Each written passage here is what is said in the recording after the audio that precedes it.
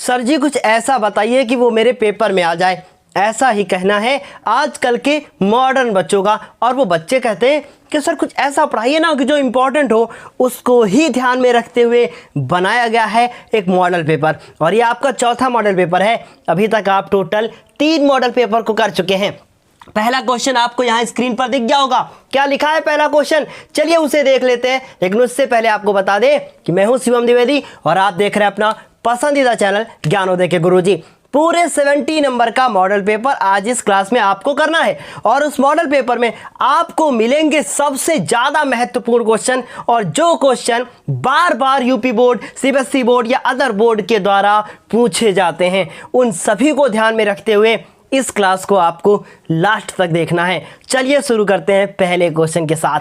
क्या लिखा है पहला क्वेश्चन? पहला क्वेश्चन लिखा है कि tan थीटा, लिखा है कि tan theta equal to a/b। हम आपको बहुत इंपॉर्टेंट बातें आपको बताने वाले हैं। और इसमें कहा गया है कि ज्ञात कीजिए। क्या ज्ञात कीजिए? लिखा है कि b sin theta plus minus लगा हुआ है a cos थीटा, और अपॉन में क्या लिखा हुआ है? लिखा हुआ b sin थीटा और प्लस a cos थीटा। जब मैंने आपको मॉडल पेपर ये कल दिया था तो आपने सोचा होगा कि मॉडल पेपर सर जो आपने दिया है इसमें पाइथागोरस थ्योरम लगेगी और हम इस क्वेश्चन को खत्म कर देंगे। जी नहीं मेरे लाल, इसको बहुत आसानी से आप कर सकते हो। कैसे? चलो ध्यान से देखते हैं। लिखा है b sin theta minus a cos theta, b sin theta plus a cos theta. ऊपर हमें दी है tan थीटा की वैल्यू। कैसे इस क्वेश्चन को आसानी से करना है? अगर हम चाहें तो इसमें कुछ कॉमन ले सकते हैं। अब आप सोच रहे हो सर जी कुछ कॉमन है ही नहीं, यहाँ b है, वहाँ a है, यहाँ sin थीटा है, cos थीटा, कॉमन कैसे लोगे? हम जबरदस्ती कॉमन ले लेंगे cos थीटा। यहाँ बचेगा मेरे पास b और sin थीटा। आप सोच रहे होंगे सर जबरदस्ती कैसे कॉमन ले लिया?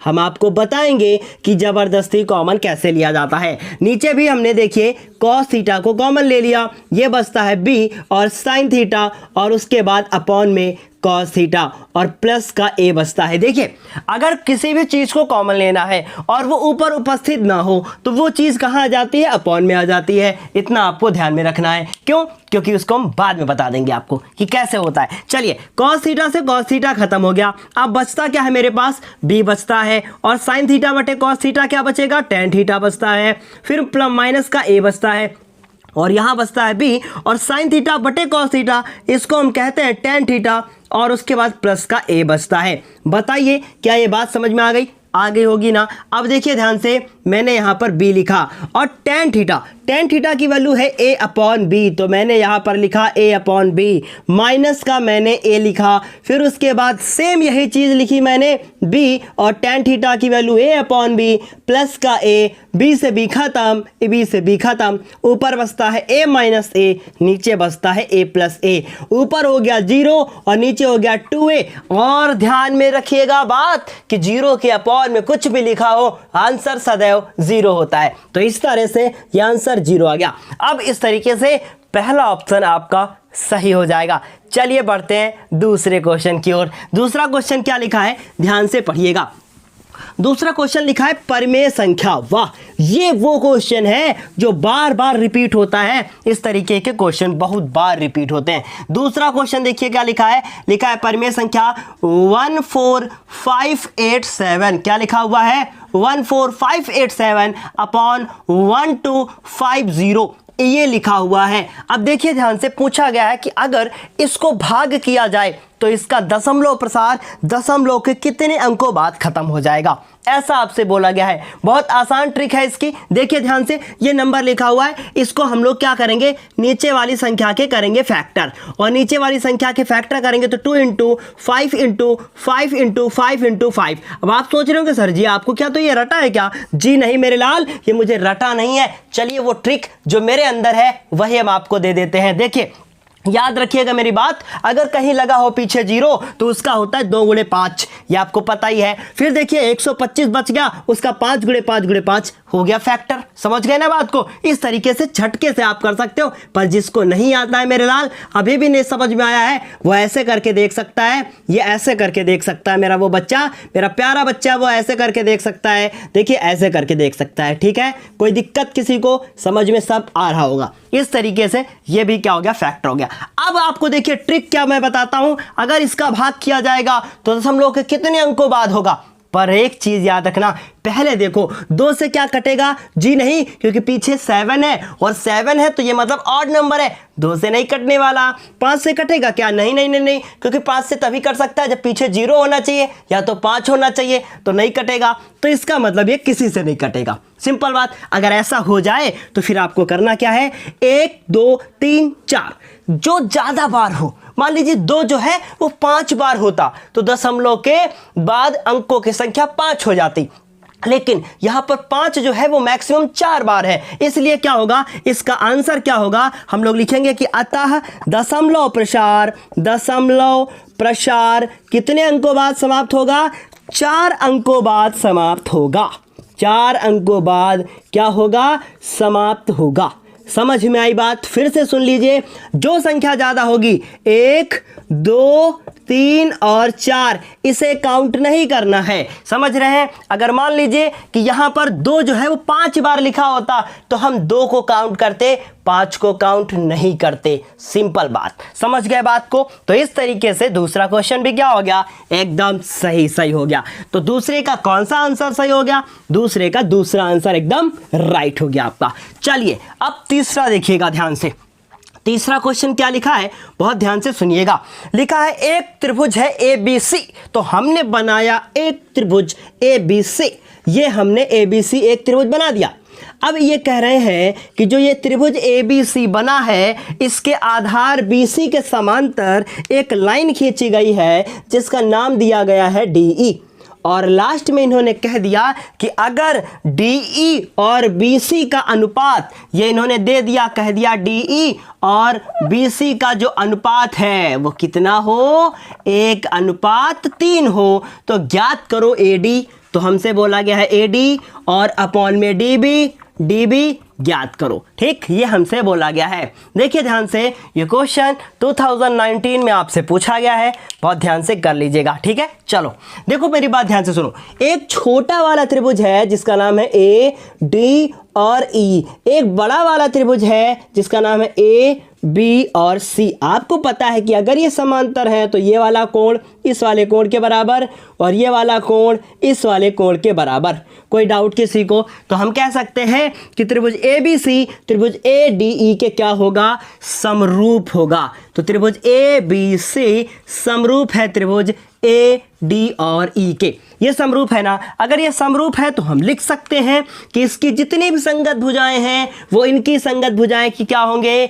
समानुपाती होंगी। इसकी सभी भुजाएं आपस में समानुपाती होंगी। तो देखिए मुझे DE और BC दिया है, तो ये हो गया DE और ये हो गया BC। मैंने लिखा कि इसकी DE भुजा और इसकी BC भुजा DE अपॉन BC किसके समानुपाती होगी? ये हमारे पहले DE लिखा तो हम AD लिखेंगे। इधर मैंने लिखा AD, पहले छोटे के लिख रहे ना, फिर उसके बाद इसके बड़े के, तो ये हो गया AB। कोई दिक्कत किसी को? कोई डाउट नहीं होगा। ये लिखा मैंने AD, ये लिखा मैंने AB।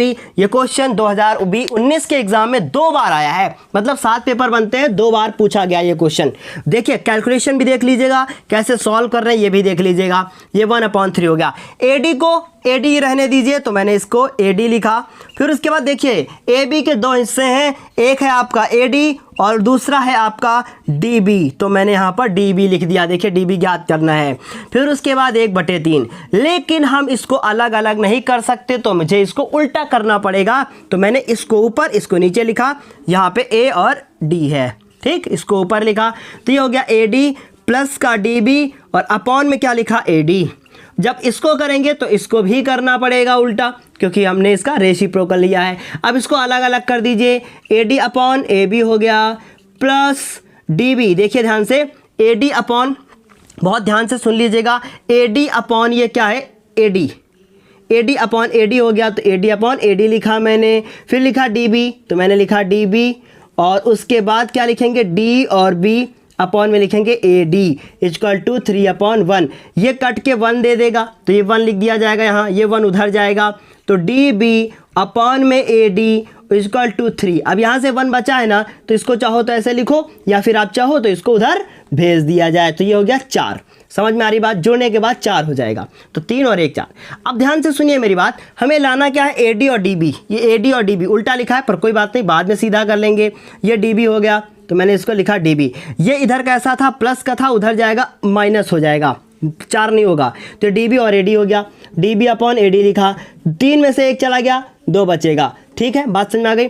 अब इसको उल्टा कर दो तो ये हो गया AD अपॉन DB और ये हो गया आपका 1/2, क्योंकि 2 के नीचे 1 लिखा ही होता है।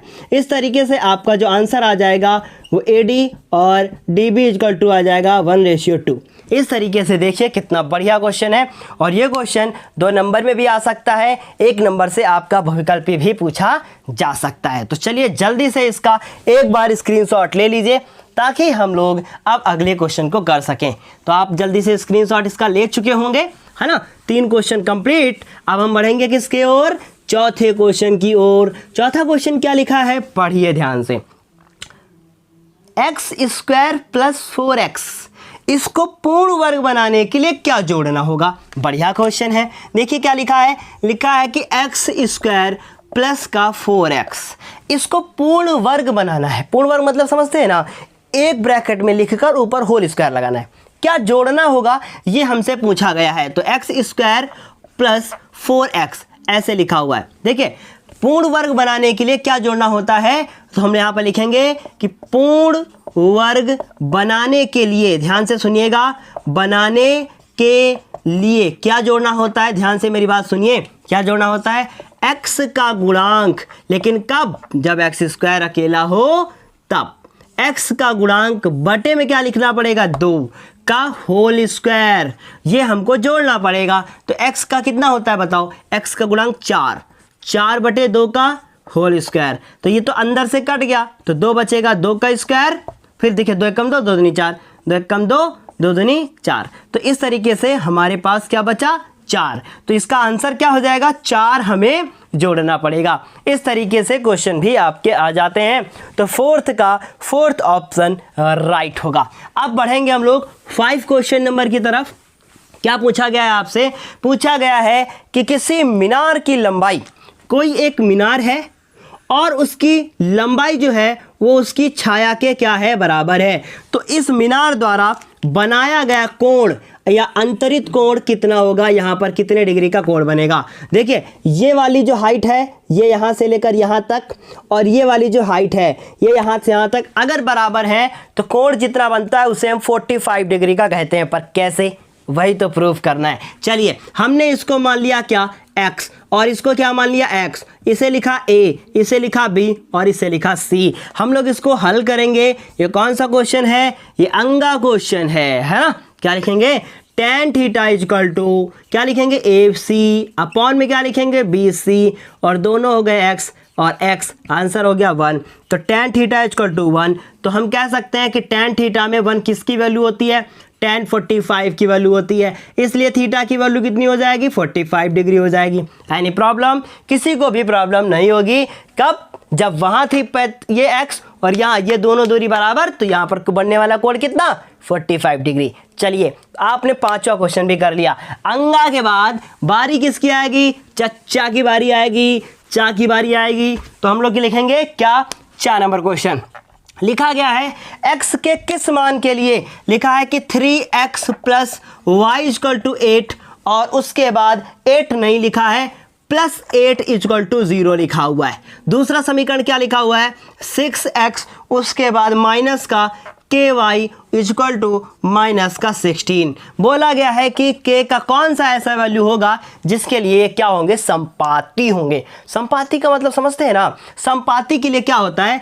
a1/a2 = b1/b2 = c1/c2। ये रेशियो इक्वल होना चाहिए मेरे लाल। अब जो बच्चे मेरे टैलेंटेड हैं उनके लिए हम शॉर्ट ट्रिक बताने वाले हैं, बाकी जिन्हें प्रॉब्लम है वो इसका लॉन्ग तरीका भी देख सकते हैं, वो भी हम बताएंगे। चलिए देखिए ध्यान से, एक बात ध्यान से सुनिएगा। सबसे पहले देखिए 3 और 6, 8 और ये 16 इधर आएगा अगर, तो ये 16 प्लस का हो जाएगा। ये 16 कैसा हो जाएगा? प्लस का हो जाएगा। तो हम इसको लिख सकते हैं 3x प्लस का y प्लस का 8 बराबर 0। इसको लिख सकते हैं 6x प्लस, और इसको लिखेंगे हम लोग क्या लिखेंगे? माइनस का ky, तो माइनस का ky, और उसके बाद ये 16 इधर आ जाएगा, 16 बराबर 0।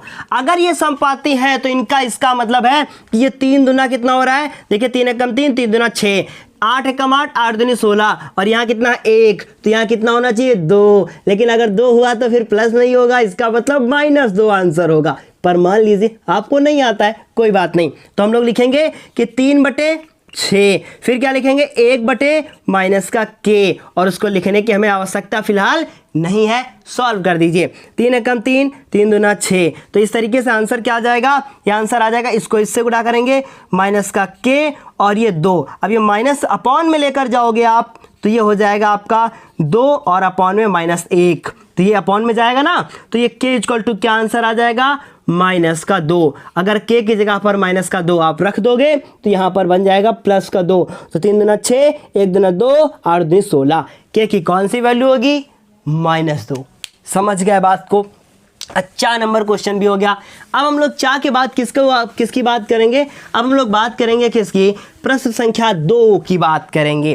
क्या लिखा है प्रश्न संख्या 2? लिखा है कि 5x प्लस 1/x। क्या लिखा है? लिखा है कि 5x प्लस 1/x इक्वल, क्या लिखा हुआ है? इक्वल टू 6, और यहाँ पे x नॉट इक्वल टू 0। क्या लिखा हुआ है? x not equal to 0। तो यहाँ पे जो x नॉट इक्वल टू 0 लिखा हुआ है, इसका क्या मतलब है? इसका ये मतलब है कि x का मान 0 नहीं होना चाहिए, 0 आंसर नहीं आना चाहिए, इसके सिवा कुछ भी आ सकता है, तो उससे हमें मतलब नहीं है।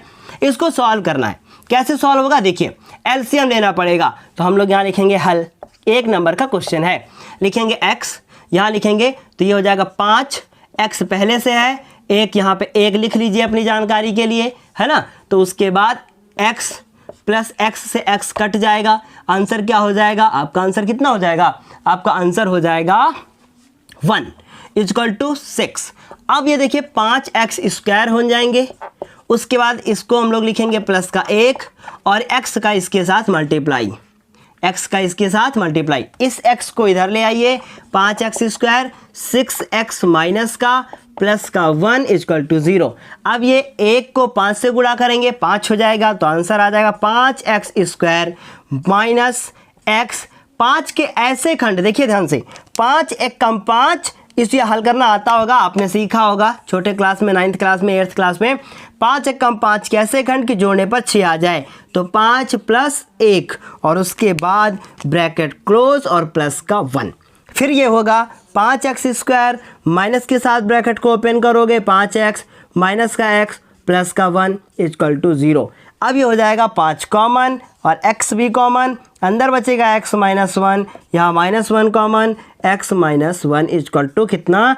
0। अब x माइनस 1 एक बार लिखोगे आप, x माइनस 1, फिर हो जाएगा 5x minus 1 equal to 0। Line खींचोगे, x माइनस 1 बराबर 0 और 5x माइनस 1 बराबर 0, तो x बराबर यहाँ से आ जाएगा 1 और ये हो जाएगा 5x equal to 1, x equal to 1 upon कितना? 5 हो जाएगा। इस तरीके से आप सेकंड का फर्स्ट क्वेश्चन भी क्या कर लिए हैं? कंप्लीट कर लिए हैं। ये सेकंड का कौन सा क्वेश्चन था? का नंबर क्वेश्चन था। तो चलिए अब जल्दी से एक बार इसका स्क्रीनशॉट ले लीजिए। अगला क्वेश्चन हम लोगों के सामने हाजिर है। क्या लिखा है अगला क्वेश्चन? चलिए पढ़ते हैं। लिखा है कि किसी बेलन, क्या लिखा है पढ़िएगा, किसी बेलन का वक्र पृष्ठ। तो हम लोग लिखेंगे बेलन का वक्र पृष्ठ। का की जगह पे आप कौन सा क्वेश्चन लिखोगे? आप खा। तो हम लोग लिखेंगे बेलन का वक्र पृष्ठ। और अगर अभी तक आपने वीडियो को लाइक नहीं किया है तो कम से कम वीडियो को लाइक कर दीजिए, ताकि आपसे जो और बच्चे हों उन तक ये वीडियो पहुंच सके। वक्र पृष्ठ के बाद इसकी ऊंचाई भी दे दी है। कितनी ऊंचाई दे दी है? 10 की जगह पर कितना है? 5 सेंटीमीटर है। 10 नहीं है, 5 सेंटीमीटर है। हमसे बोला गया है बेलन की त्रिज्या ज्ञात कीजिए। 9th क्लास में आप लोगों ने इस तरीके से बहुत सारे क्वेश्चन किए होंगे। क्या है? तो हम लोग जानते हैं कि इसमें 2 पाई r h बराबर 110 दिया है। क्यों? क्योंकि बेलन का वक्र पृष्ठ वही होता है। अब 2 को 2 लिखा, पाई की वैल्यू 22 बटे 10 हो गई। उसके बाद r की वैल्यू हम नहीं जानते, h की वैल्यू 5 बराबर कितना हो गया 110। अब देखिए मेरी बात ध्यान से सुनिएगा, 2 हो गया 7 हो गया। अब देखिए 22 दूना कितना हो गया 44। अब उसको छोड़ो, आप सब कुछ नीचे लेकर चले जाओ, तो r बराबर हो गया ये 110। ये 7 जो लिखा है उधर जाएगा, ऊपर पहुंच जाएगा, ये 2 नीचे आएगा, ये 22 भी नीचे आएगा, फिर ये 5 भी आएगा। 2 से इसको काट दीजिए, ये 55 हो गए। फिर उसके बाद 5 से इसको काट दीजिए, ये 11 हो गए। 2 से इसको काट दीजिए, ये भी कितने हो जाएंगे, 2 से नहीं कटेगा, इसको 11 से काट दीजिए, 11 दूना 22 हो जाएगा। फिर उसके बाद ये 11 से 11 खत्म। r बराबर कितना बचेगा, 7/2 बचेगा। 2 लिखिए, 7 लिखिए, डिवाइड करना शुरू कर दीजिए, 3.5 सेंटीमीटर इसका आंसर आ जाएगा मेरे लाल, और यही आंसर क्या होगा, सही होगा। तो चलिए एक बार जल्दी से स्क्रीनशॉट ले लीजिए। अब जल्दी से इसका स्क्रीनशॉट आप ले ही चुके होंगे। अब अगला क्वेश्चन क्या है, देखिए पूछा गया है कि थेल्स प्रमेय का कथन लिखिए। थेल्स प्रमेय का कथन पूछा गया है। आपसे कौन कौन से कथन पूछे जा सकते हैं, आपसे पूछा जा सकता है थेल्स प्रमेय का कथन, जिसे हम लोग कहते हैं आधारभूत समानुपातिकता प्रमेय, और उसके बाद आपसे पाइथागोरस थ्योरम का जो है प्रमेय भी पूछा जा सकता है। इस तरीके से आप इनको अच्छे से याद कर लीजिए ताकि पेपर में आए तो पूरे नंबर आपको मिल सकें। अब देखिए सेकंड का जो खा क्वेश्चन के बाद बात करेंगे हम लोग गा क्वेश्चन की, और क्या लिखा है, थेल्स प्रमेय का कथन। तो पहले भी आप इसको समझ लीजिए अच्छे से, तब इसको लिखिएगा तो ज़्यादा बेहतर है। हम आपको बोलकर बता देंगे, आप लिख लेंगे। देखिए एक त्रिभुज बनाया, और एक त्रिभुज बनाने के बाद देखिए हमने क्या लिखा, ए बी और सी। थेल्स प्रमेय कहती है कि अगर इस त्रिभुज की किसी एक भुजा के समांतर अगर कोई दूसरी भुजा खींच दी जाए जो वो शेष 2 भुजाओं को एक क्या करे, प्रतिच्छेद करे, तो फिर वो शेष 2 भुजाएं एक ही अनुपात में विभाजित हो जाती हैं। अर्थात अगर आप इसको यहाँ से काट देते हैं, ये डी हो जाए, ये ई हो जाए, तो ये भुजाएं एक ही अनुपात में विभाजित हो जाएंगी। कहने का मतलब ए डी अपॉन क्या होगा, A D upon D B होगा, और उसके बाद ए ई अपॉन ई सी होगा। ये अनुपात क्या होगा, समान होगा। इसमें किसी को मेरे ख्याल से समस्या नहीं होनी चाहिए। तो हम लोग क्या लिखोगे, स्टेटमेंट इसका लिखिएगा। हम बोल रहे हैं कि यदि किसी त्रिभुज के आधार के समांतर, यदि किसी त्रिभुज के आधार के समांतर कोई दूसरी रेखा खींची जाए जो शेष 2 भुजाओं को 2 बिंदुओं पर प्रतिच्छेद करे, तो शेष 2 भुजाएं एक ही अनुपात में विभाजित हो जाती हैं। यही थेल्स प्रमेय का कथन है। तो चलिए, उम्मीद है आपने इसको नोट कर लिया होगा, और ये जो मैंने बोल दिया है, और बगल में डायग्राम बना दीजिएगा और लिख दीजिएगा। अब हम लोग बात करेंगे दूसरे के गा के बाद दूसरे के खा नंबर क्वेश्चन की। और दूसरे का जो खा नंबर क्वेश्चन है वो क्या लिखा है, लिखा है कि व्याख्या कीजिए, व्याख्या कीजिए 7 × 11 × 13। क्या लिखा हुआ है कि 7 × 11 × 13 प्लस का 13 ये एक भाज्य संख्या है, और पूछा गया है क्यों, ये हमको व्याख्या करके बताना है। देखिए मेरी बात ध्यान से सुनिएगा। अगर कोई भी भाज्य संख्या होती है तो उसके क्या होते हैं, 2 या 2 से अधिक गुणनखंड होते हैं। तो अगर हमने ये सिद्ध कर दिया कि ये जो संख्या ऊपर लिखी है इसके 2 या 2 से अधिक गुणनखंड है, वो क्या हो जाएगी, भाज्य संख्या हो जाएगी। चलिए हम लोग बात करते हैं इस क्वेश्चन को सॉल्व करने की। सिंपल सी बात है, अगर आपसे कोई पूछे कि 5 जो लिखा है वो भाज्य है कि अभाज्य, तो आप कह देंगे सिंपल सी बात है ये अभाज्य, क्योंकि इसके फैक्टर ओनली 5 × क्या हो जाएंगे, 1 हो जाएंगे, और ये हो जाएगा हमारे 5 × 1, मतलब स्वयं के अतिरिक्त और कोई भी फैक्टर होना चाहिए उसमें, तो 5 × 1 हो जाएगा, और कोई भी इसका फैक्टर नहीं हो पाएगा।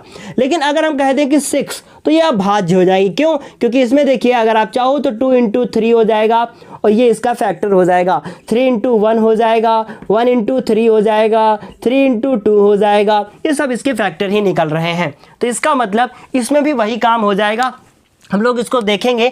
देखिए ये लिखा है 13 और यहाँ पर भी क्या है 13, तो हम इसमें 13 को कॉमन ले सकते हैं।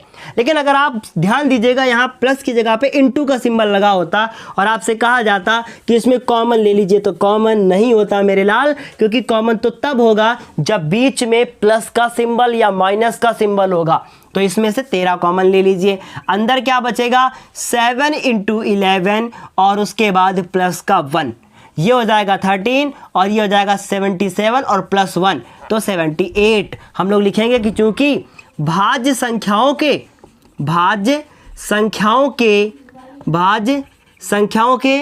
दो से अधिक क्या होते हैं, गुणनखंड होते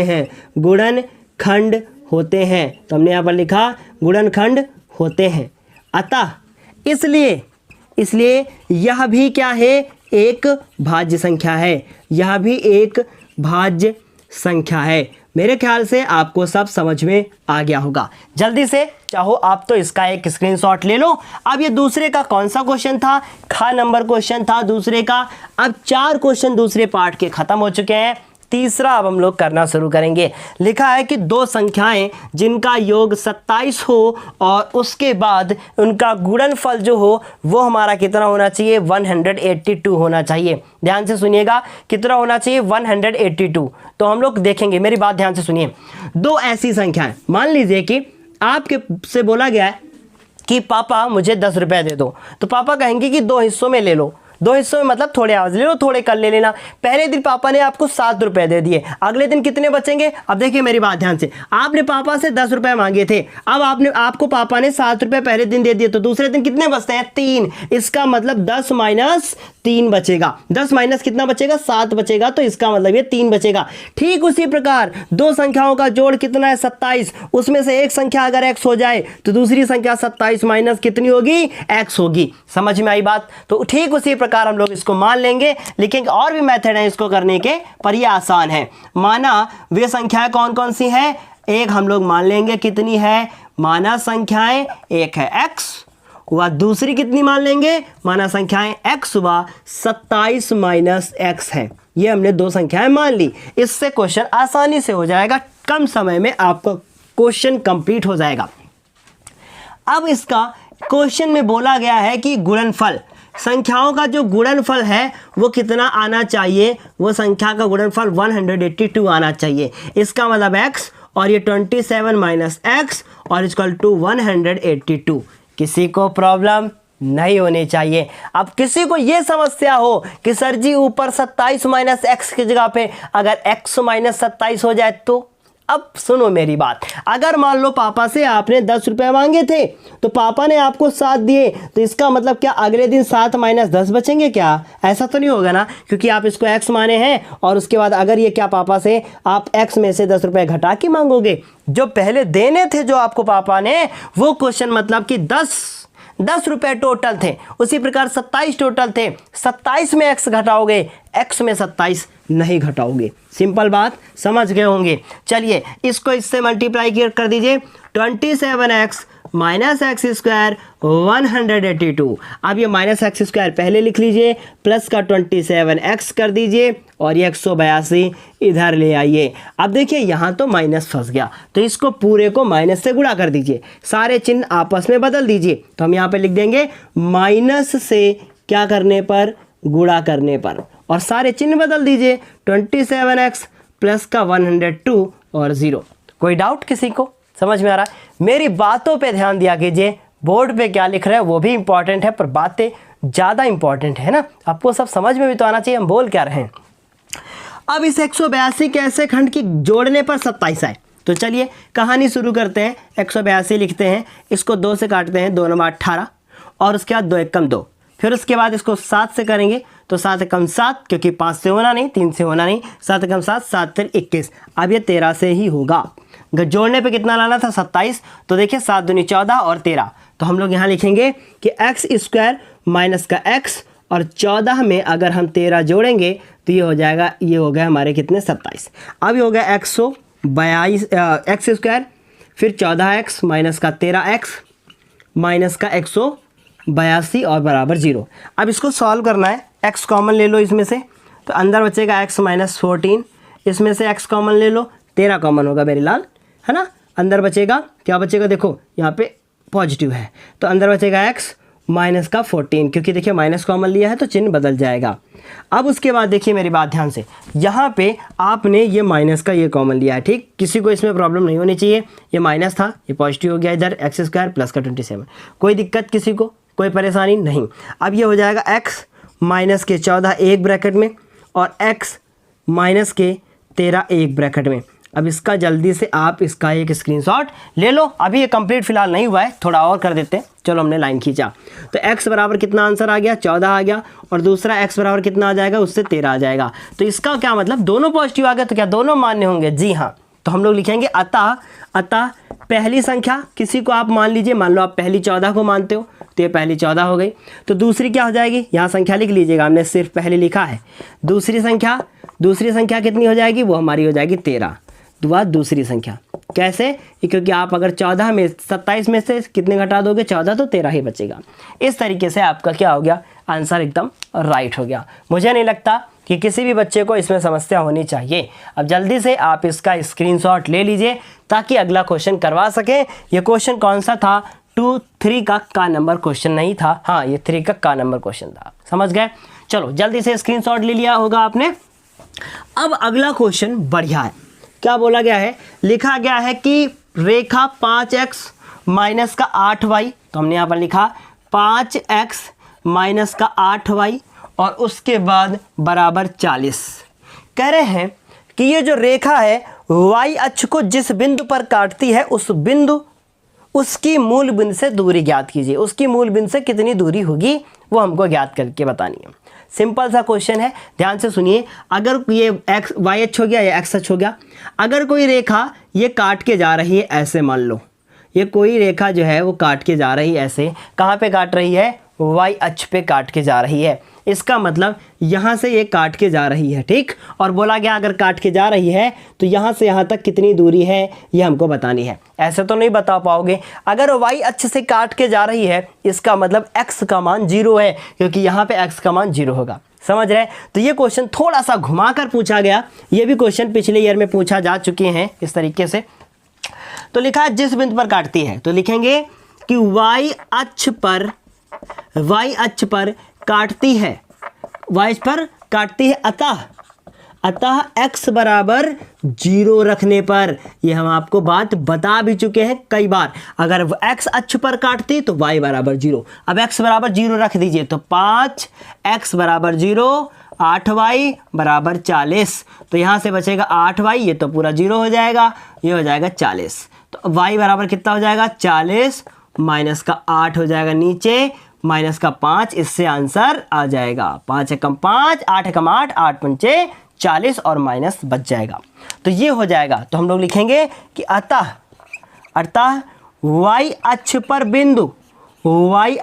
बिंदु हम लोगों ने क्या माना, x को तो 0 ही माना है। देखो x कॉमा y होगा कि नहीं होगा, और x तो 0 क्योंकि y इस पे काट रहा है, और y का वैल्यू कितना निकला है मेरा, -5। ये हो गया। अब इसकी दूरी निकालनी है मूल बिंदु से, इसकी दूरी मूल बिंदु से निकालनी है। तो हम लोग लिखेंगे 0, -5। अब हम लोग इसकी दूरी निकालेंगे, पुनः हम लोग यहाँ लिखेंगे पुनः, ठीक। 0,5 की कहाँ से दूरी, मूल बिंदु से दूरी, और मूल बिंदु से दूरी को हम लोग क्या लिखते हैं, 0,0, मूल बिंदु से दूरी। और अगर मूल बिंदु से आपको दूरी निकालनी हो तो देखिए ध्यान से, आप चाहो तो डायरेक्ट फॉर्मूला लगा सकते हो, मैं आपको बताने जा रहे हैं। ये हो जाएगा x² प्लस का y²। अब ये x की वैल्यू 0, 0 का होल स्क्वायर और -5 का होल स्क्वायर और अंडर रूट, 0 का स्क्वायर 0, -5 का 25, क्योंकि माइनस का स्क्वायर प्लस, और यहाँ से मिलेगा 25 और आंसर आ जाएगा इसका 5। इस तरीके से इसकी दूरी कितनी हो जाएगी, 5 हो जाएगी। किसी को समस्या नहीं होनी चाहिए। इस तरीके से ये क्वेश्चन इंपॉर्टेंट था। अब जल्दी से आप इसका एक स्क्रीनशॉट ले लो ताकि आपको बेहतर समझ में आ जाए। अगर आपको कोई डाउट लगता है तो कमेंट बॉक्स में आपका स्वागत है, बढ़िया सा टाइप कीजिए। अगर आपको उसका रिप्लाई नहीं मिलता है तब आप कहिएगा, आपको सारे क्वेश्चंस के रिप्लाई वहाँ पर कमेंट बॉक्स में मिल जाएंगे। तो चलिए अब हम लोग करते हैं अगले क्वेश्चन को। ये थर्ड का कौन सा क्वेश्चन था? ये थर्ड का आपको नंबर नीचे दिख गया होगा कि थर्ड का कौन सा क्वेश्चन है। ये खा नंबर क्वेश्चन है। अब हम लोग लिखेंगे, इसको हटाएंगे यहाँ से। थर्ड का खा हो चुका है, अब थर्ड का गा। ठीक है, ये 2 नंबर का क्वेश्चन था, बढ़िया क्वेश्चन रहा है, आप अच्छे से इसको कर सकते हो। अब गा नंबर क्वेश्चन बिल्कुल हलवा है। कह रहे हैं कि एक 21 सेंटीमीटर त्रिज्या वाले वृत्त के उस त्रिज्य खंड का क्षेत्रफल ज्ञात कीजिए जिसका केंद्रीय कोण 120 है। इसका मतलब त्रिज्या आर बराबर कितनी है? 21 सेंटीमीटर।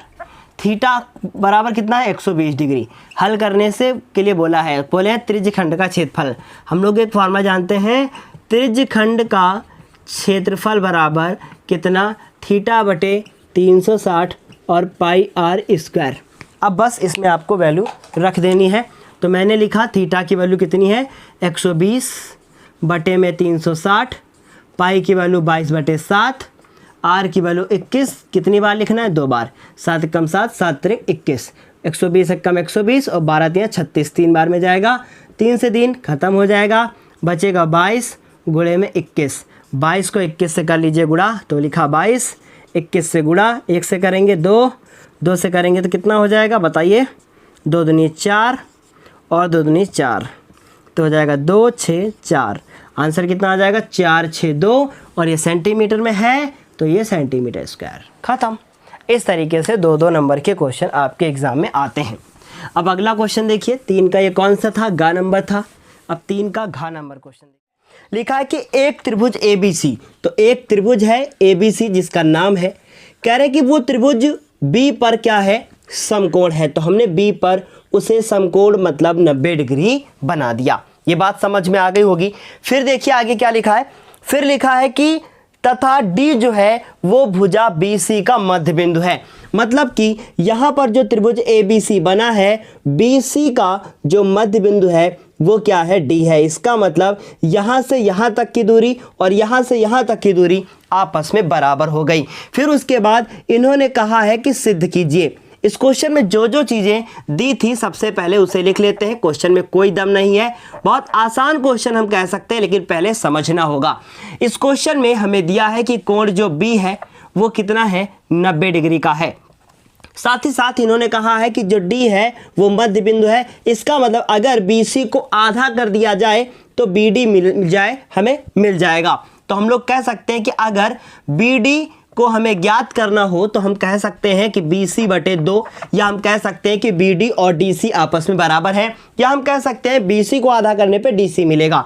तीनों बातें कह सकते हैं, पर इसका उपयोग हमें आगे करना होगा। अभी आप धीरे धीरे समझ जाओगे। फिर लिखा है कि आखिर हमें सिद्ध क्या करना है। जो हमें सिद्ध करना है उसे हम लोग देख लेते हैं। इसमें क्या सिद्ध करना है? नीचे ध्यान से देखिएगा। सिद्ध करना है कि AC स्क्वायर, क्या सिद्ध करना है? AC square. तो हमने यहाँ पर लिखा AC स्क्वायर इजकल टू, फिर क्या लिखा है? 4AD square. तो यहाँ पर लिखा हमने AD स्क्वायर माइनस का 3AB स्क्वायर। तो हमने यहाँ पर लिखा 3 का AB स्क्वायर। इसके बाद अब हम लोग इसको क्या करेंगे? हल करेंगे। देखिएगा ध्यान से, बहुत आसान क्वेश्चन हम कह सकते हैं इसको। देखिए सबसे पहले AC क्या है? अगर ये ब्लैक वाला आप डायग्राम देखो तो ये कर्ण है। मतलब कि ये जो त्रिभुज बन रहा है इसमें ये जो AC भुजा है वो हमारी कर्ण है। तो हम लोग इसमें पाइथागोरस थ्योरम लगा सकते हैं। तो हमने लिखा कि त्रिभुज ABC में कौन सी थ्योरम लगाएंगे? पाइथागोरस प्रमेय से। यही क्यों कर रहे हैं? तभी AC आ पाएगा। तो पाइथागोरस प्रमेय से हमने पाइथागोरस थ्योरम लगाई। पाइथागोरस थ्योरम क्या कहती है कि कर्ण का स्क्वायर, और कर्ण कौन है? AC। तो मैंने लिखा AC का होल स्क्वायर। आप लोगों से मुझे उम्मीद है कि आप लोग 90+ नंबर लेकर आएंगे। अगर 90+ जो भी बच्चा लेकर आएगा, जो भी बहुत अच्छा स्कोर करेगा, 80 लेकर आएगा, कुछ भी लेकर आएगा, उसे हम अपने चैनल पर जरूर बुलाएंगे और उसका स्वागत होगा बहुत तेजी से। देखिए AC हो गया, फिर क्या लिखेंगे? BC। तो हमें BC लिखना है, फिर AB लिखना है। तो हमने यहाँ पर लिखा AB स्क्वायर और प्लस का BC स्क्वायर। इक्वेशन नंबर क्या हो गई? 1। अब देखिए ध्यान से, हमें यहाँ पर BC नहीं लाना, इसका मतलब कहीं ना कहीं इस BC को हटाना पड़ेगा। फिर देखिए ध्यान से, त्रिभुज अब छोटा वाला देखिए ए बी और डी, इस वाले त्रिभुज में भी तो हम पाइथागोरस लगा सकते हैं।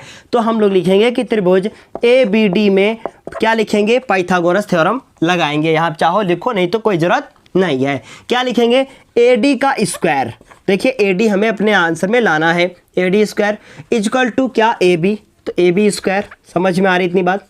उसके बाद ध्यान से देखिए ये क्या लिखा है, बी डी, तो हम लोग लिखेंगे बी डी का होल स्क्वायर। लेकिन हमने यहाँ पर ध्यान दिया कि इस क्वेश्चन में हमें बी डी कहीं लाना ही नहीं है, तो इस बी डी को हटाना होगा। तो हमने लिखा ए डी का स्क्वायर, फिर लिखा मैंने ए बी का स्क्वायर, और फिर से देखिए क्या लिखा, बहुत ध्यान से सुनिएगा, फिर से लिखा है ए बी स्क्वायर, फिर से यहाँ पर ध्यान दीजिए ये ए बी स्क्वायर। इस बी डी को लिख सकते हैं आप बी सी बटे 2, तो मैंने लिखा बी सी बटे 2 का होल स्क्वायर, क्योंकि यहाँ पर हम लिख सकते हैं कि B D equal to B C upon 2, ये हमको दे रखा है। सिंपल सी बात है, समझ में आ गई होगी। अब ये हो गया ए डी स्क्वायर, उसके बाद ए बी स्क्वायर, ये हो गया बी सी का होल स्क्वायर, और 2 का स्क्वायर 4 होता है। इसका एलसीएम ले लीजिए, तो ये हो जाएगा आपका ए डी का whole square equal to, LCM लेंगे तो 4 ए बी स्क्वायर और प्लस का बी सी स्क्वायर, अपॉन में इसके 4 रहेगा। अगर हम चाहें तो ये 4 यहाँ लगा सकते हैं, तो इसको मैंने यहाँ से हटाया और उसके बाद यहाँ पर 4 लगा लिया। ये बात आपको समझ में आ गई होगी। देखिए 4 ए डी आ चुका है, ए बी भी आ चुका है, लेकिन अगर हम ध्यान से इसको देखें और इसको देखें, इसमें से अगर हम बी सी को, हमें यहाँ से भी बी सी हटाना है और यहाँ से भी, तो यहाँ से अगर हम बी सी की वैल्यू निकाल कर वहाँ रख दें तो हमारा ये क्वेश्चन सॉल्व हो जाएगा। तो हम क्या करते हैं, यहाँ से ही हम लोग बी सी की वैल्यू को निकाल लेते हैं। यहीं से मैंने बी सी की वैल्यू को निकाला, तो क्या होगा देखिए ध्यान से, ये होगा B C square, A B को इधर ले आए तो ये ए सी स्क्वायर और माइनस का ए बी स्क्वायर, और इसे ही हमने समीकरण नंबर 1 मान लिया। अब समीकरण नंबर 1 से, तो हमने यहाँ पर लिखा समीकरण नंबर 1 से, मतलब कि अब बी सी की वैल्यू वहाँ से यहाँ रख दी जाएगी। तो लिखा मैंने 4 A D square equal to 4 A B square और प्लस, अब बी सी की जगह पर A C square minus A B square, तो हम क्या लिखेंगे, लिखेंगे हम ए सी स्क्वायर, फिर लिखेंगे माइनस का ए बी स्क्वायर। अब ध्यान से देखिएगा, अगर हमें इस 4 ए बी स्क्वायर में से एक ए बी स्क्वायर घटा दें तो मिलेगा हमें 3 ए बी स्क्वायर, तो हम वही करेंगे। इन दोनों में से एक चीज़ बचेगी, 4 ए बी स्क्वायर में से एक ए बी स्क्वायर चला गया, 3 ए बी स्क्वायर बचेगा।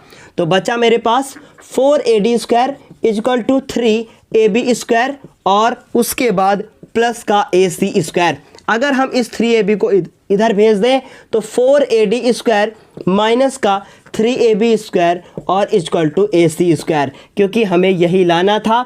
देखिए कितनी आसानी से ये क्वेश्चन प्रूफ हो गया, कुछ भी नहीं था, 2 बार पाइथागोरस थ्योरम का उपयोग करना था और बी सी को हटाना था। उम्मीद है क्वेश्चन समझ में आ गया होगा।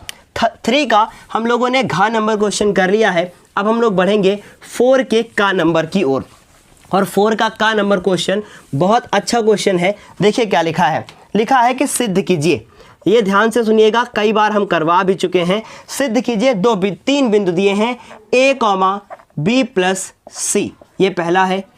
फिर लिखा है b, c प्लस a, और फिर से तीसरा पॉइंट लिखा है, वो लिखा है कि c a प्लस b, क्या लिखा हुआ है, c और a प्लस b।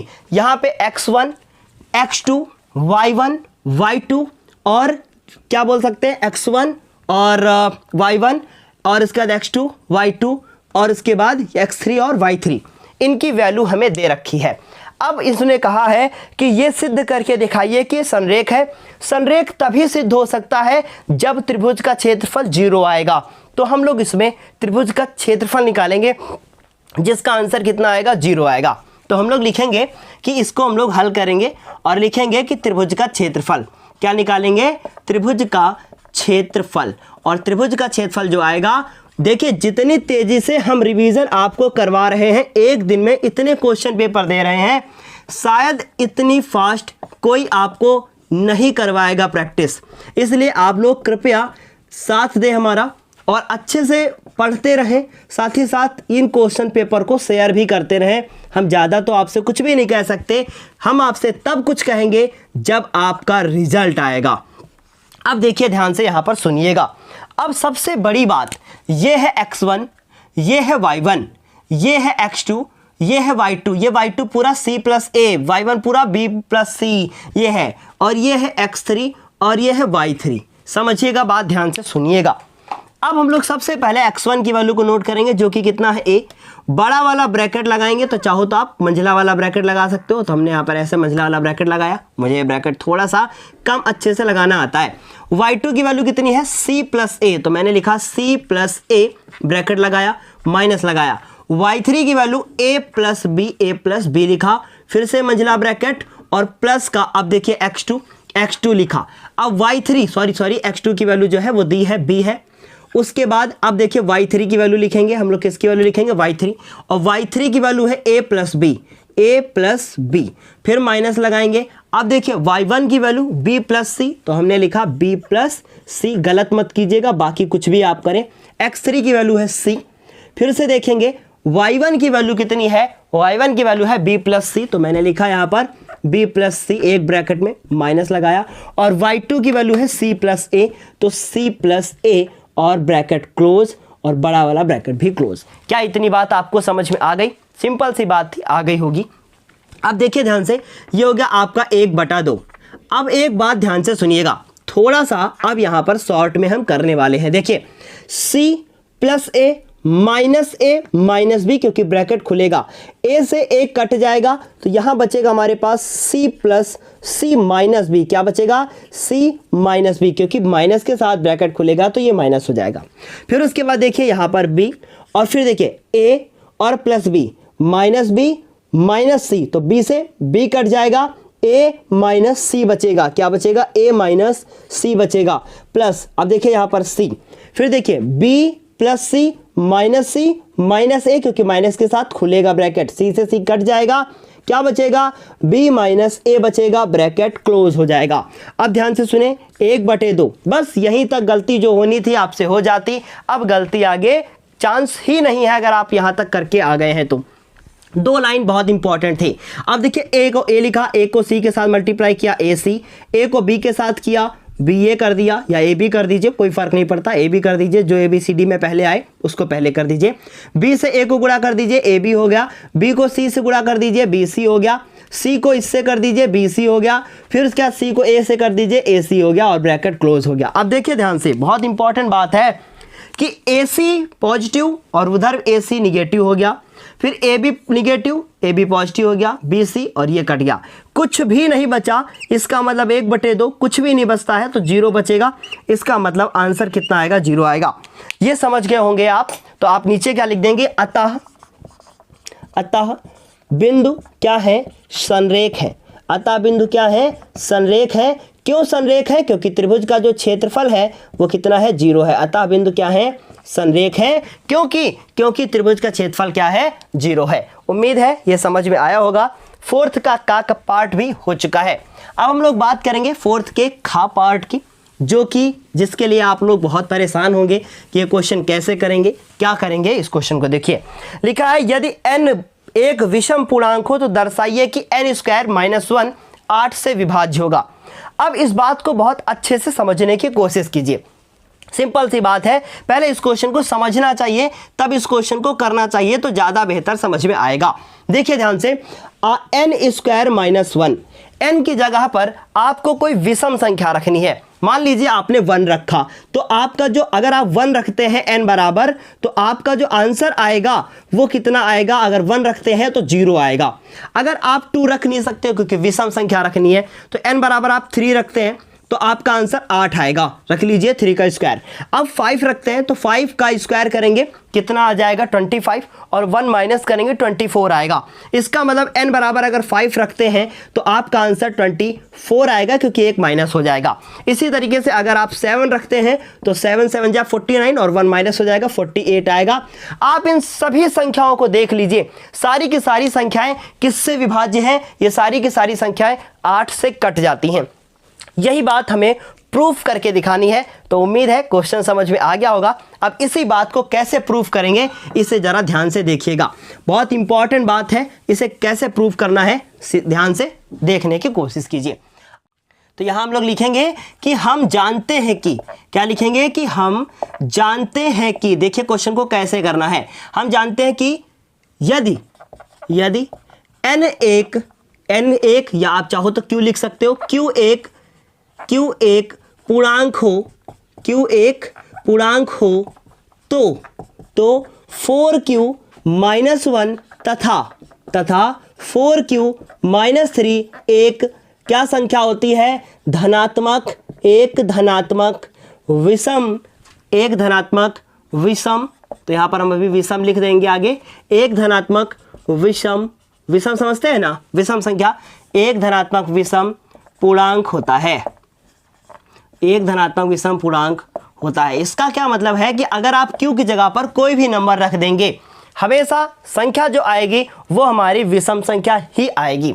समझ रहे हैं बात को? तो चलिए अभी देखिए ध्यान से, बहुत इंपॉर्टेंट बात है, हमें ये प्रूफ करना है कि n स्क्वायर माइनस 1 किससे विभाज्य है, वो विभाज्य है 8 से।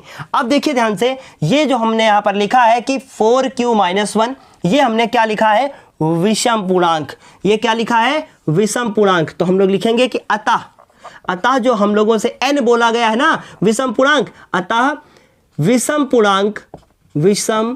पूर्णांक स्मॉल n बराबर क्या हो सकता है, 4q माइनस 1 तथा और क्या हो सकता है, 4q माइनस 3। ठीक, ये हमने मान लिया। अब इस क्वेश्चन को हम लोग हल करेंगे।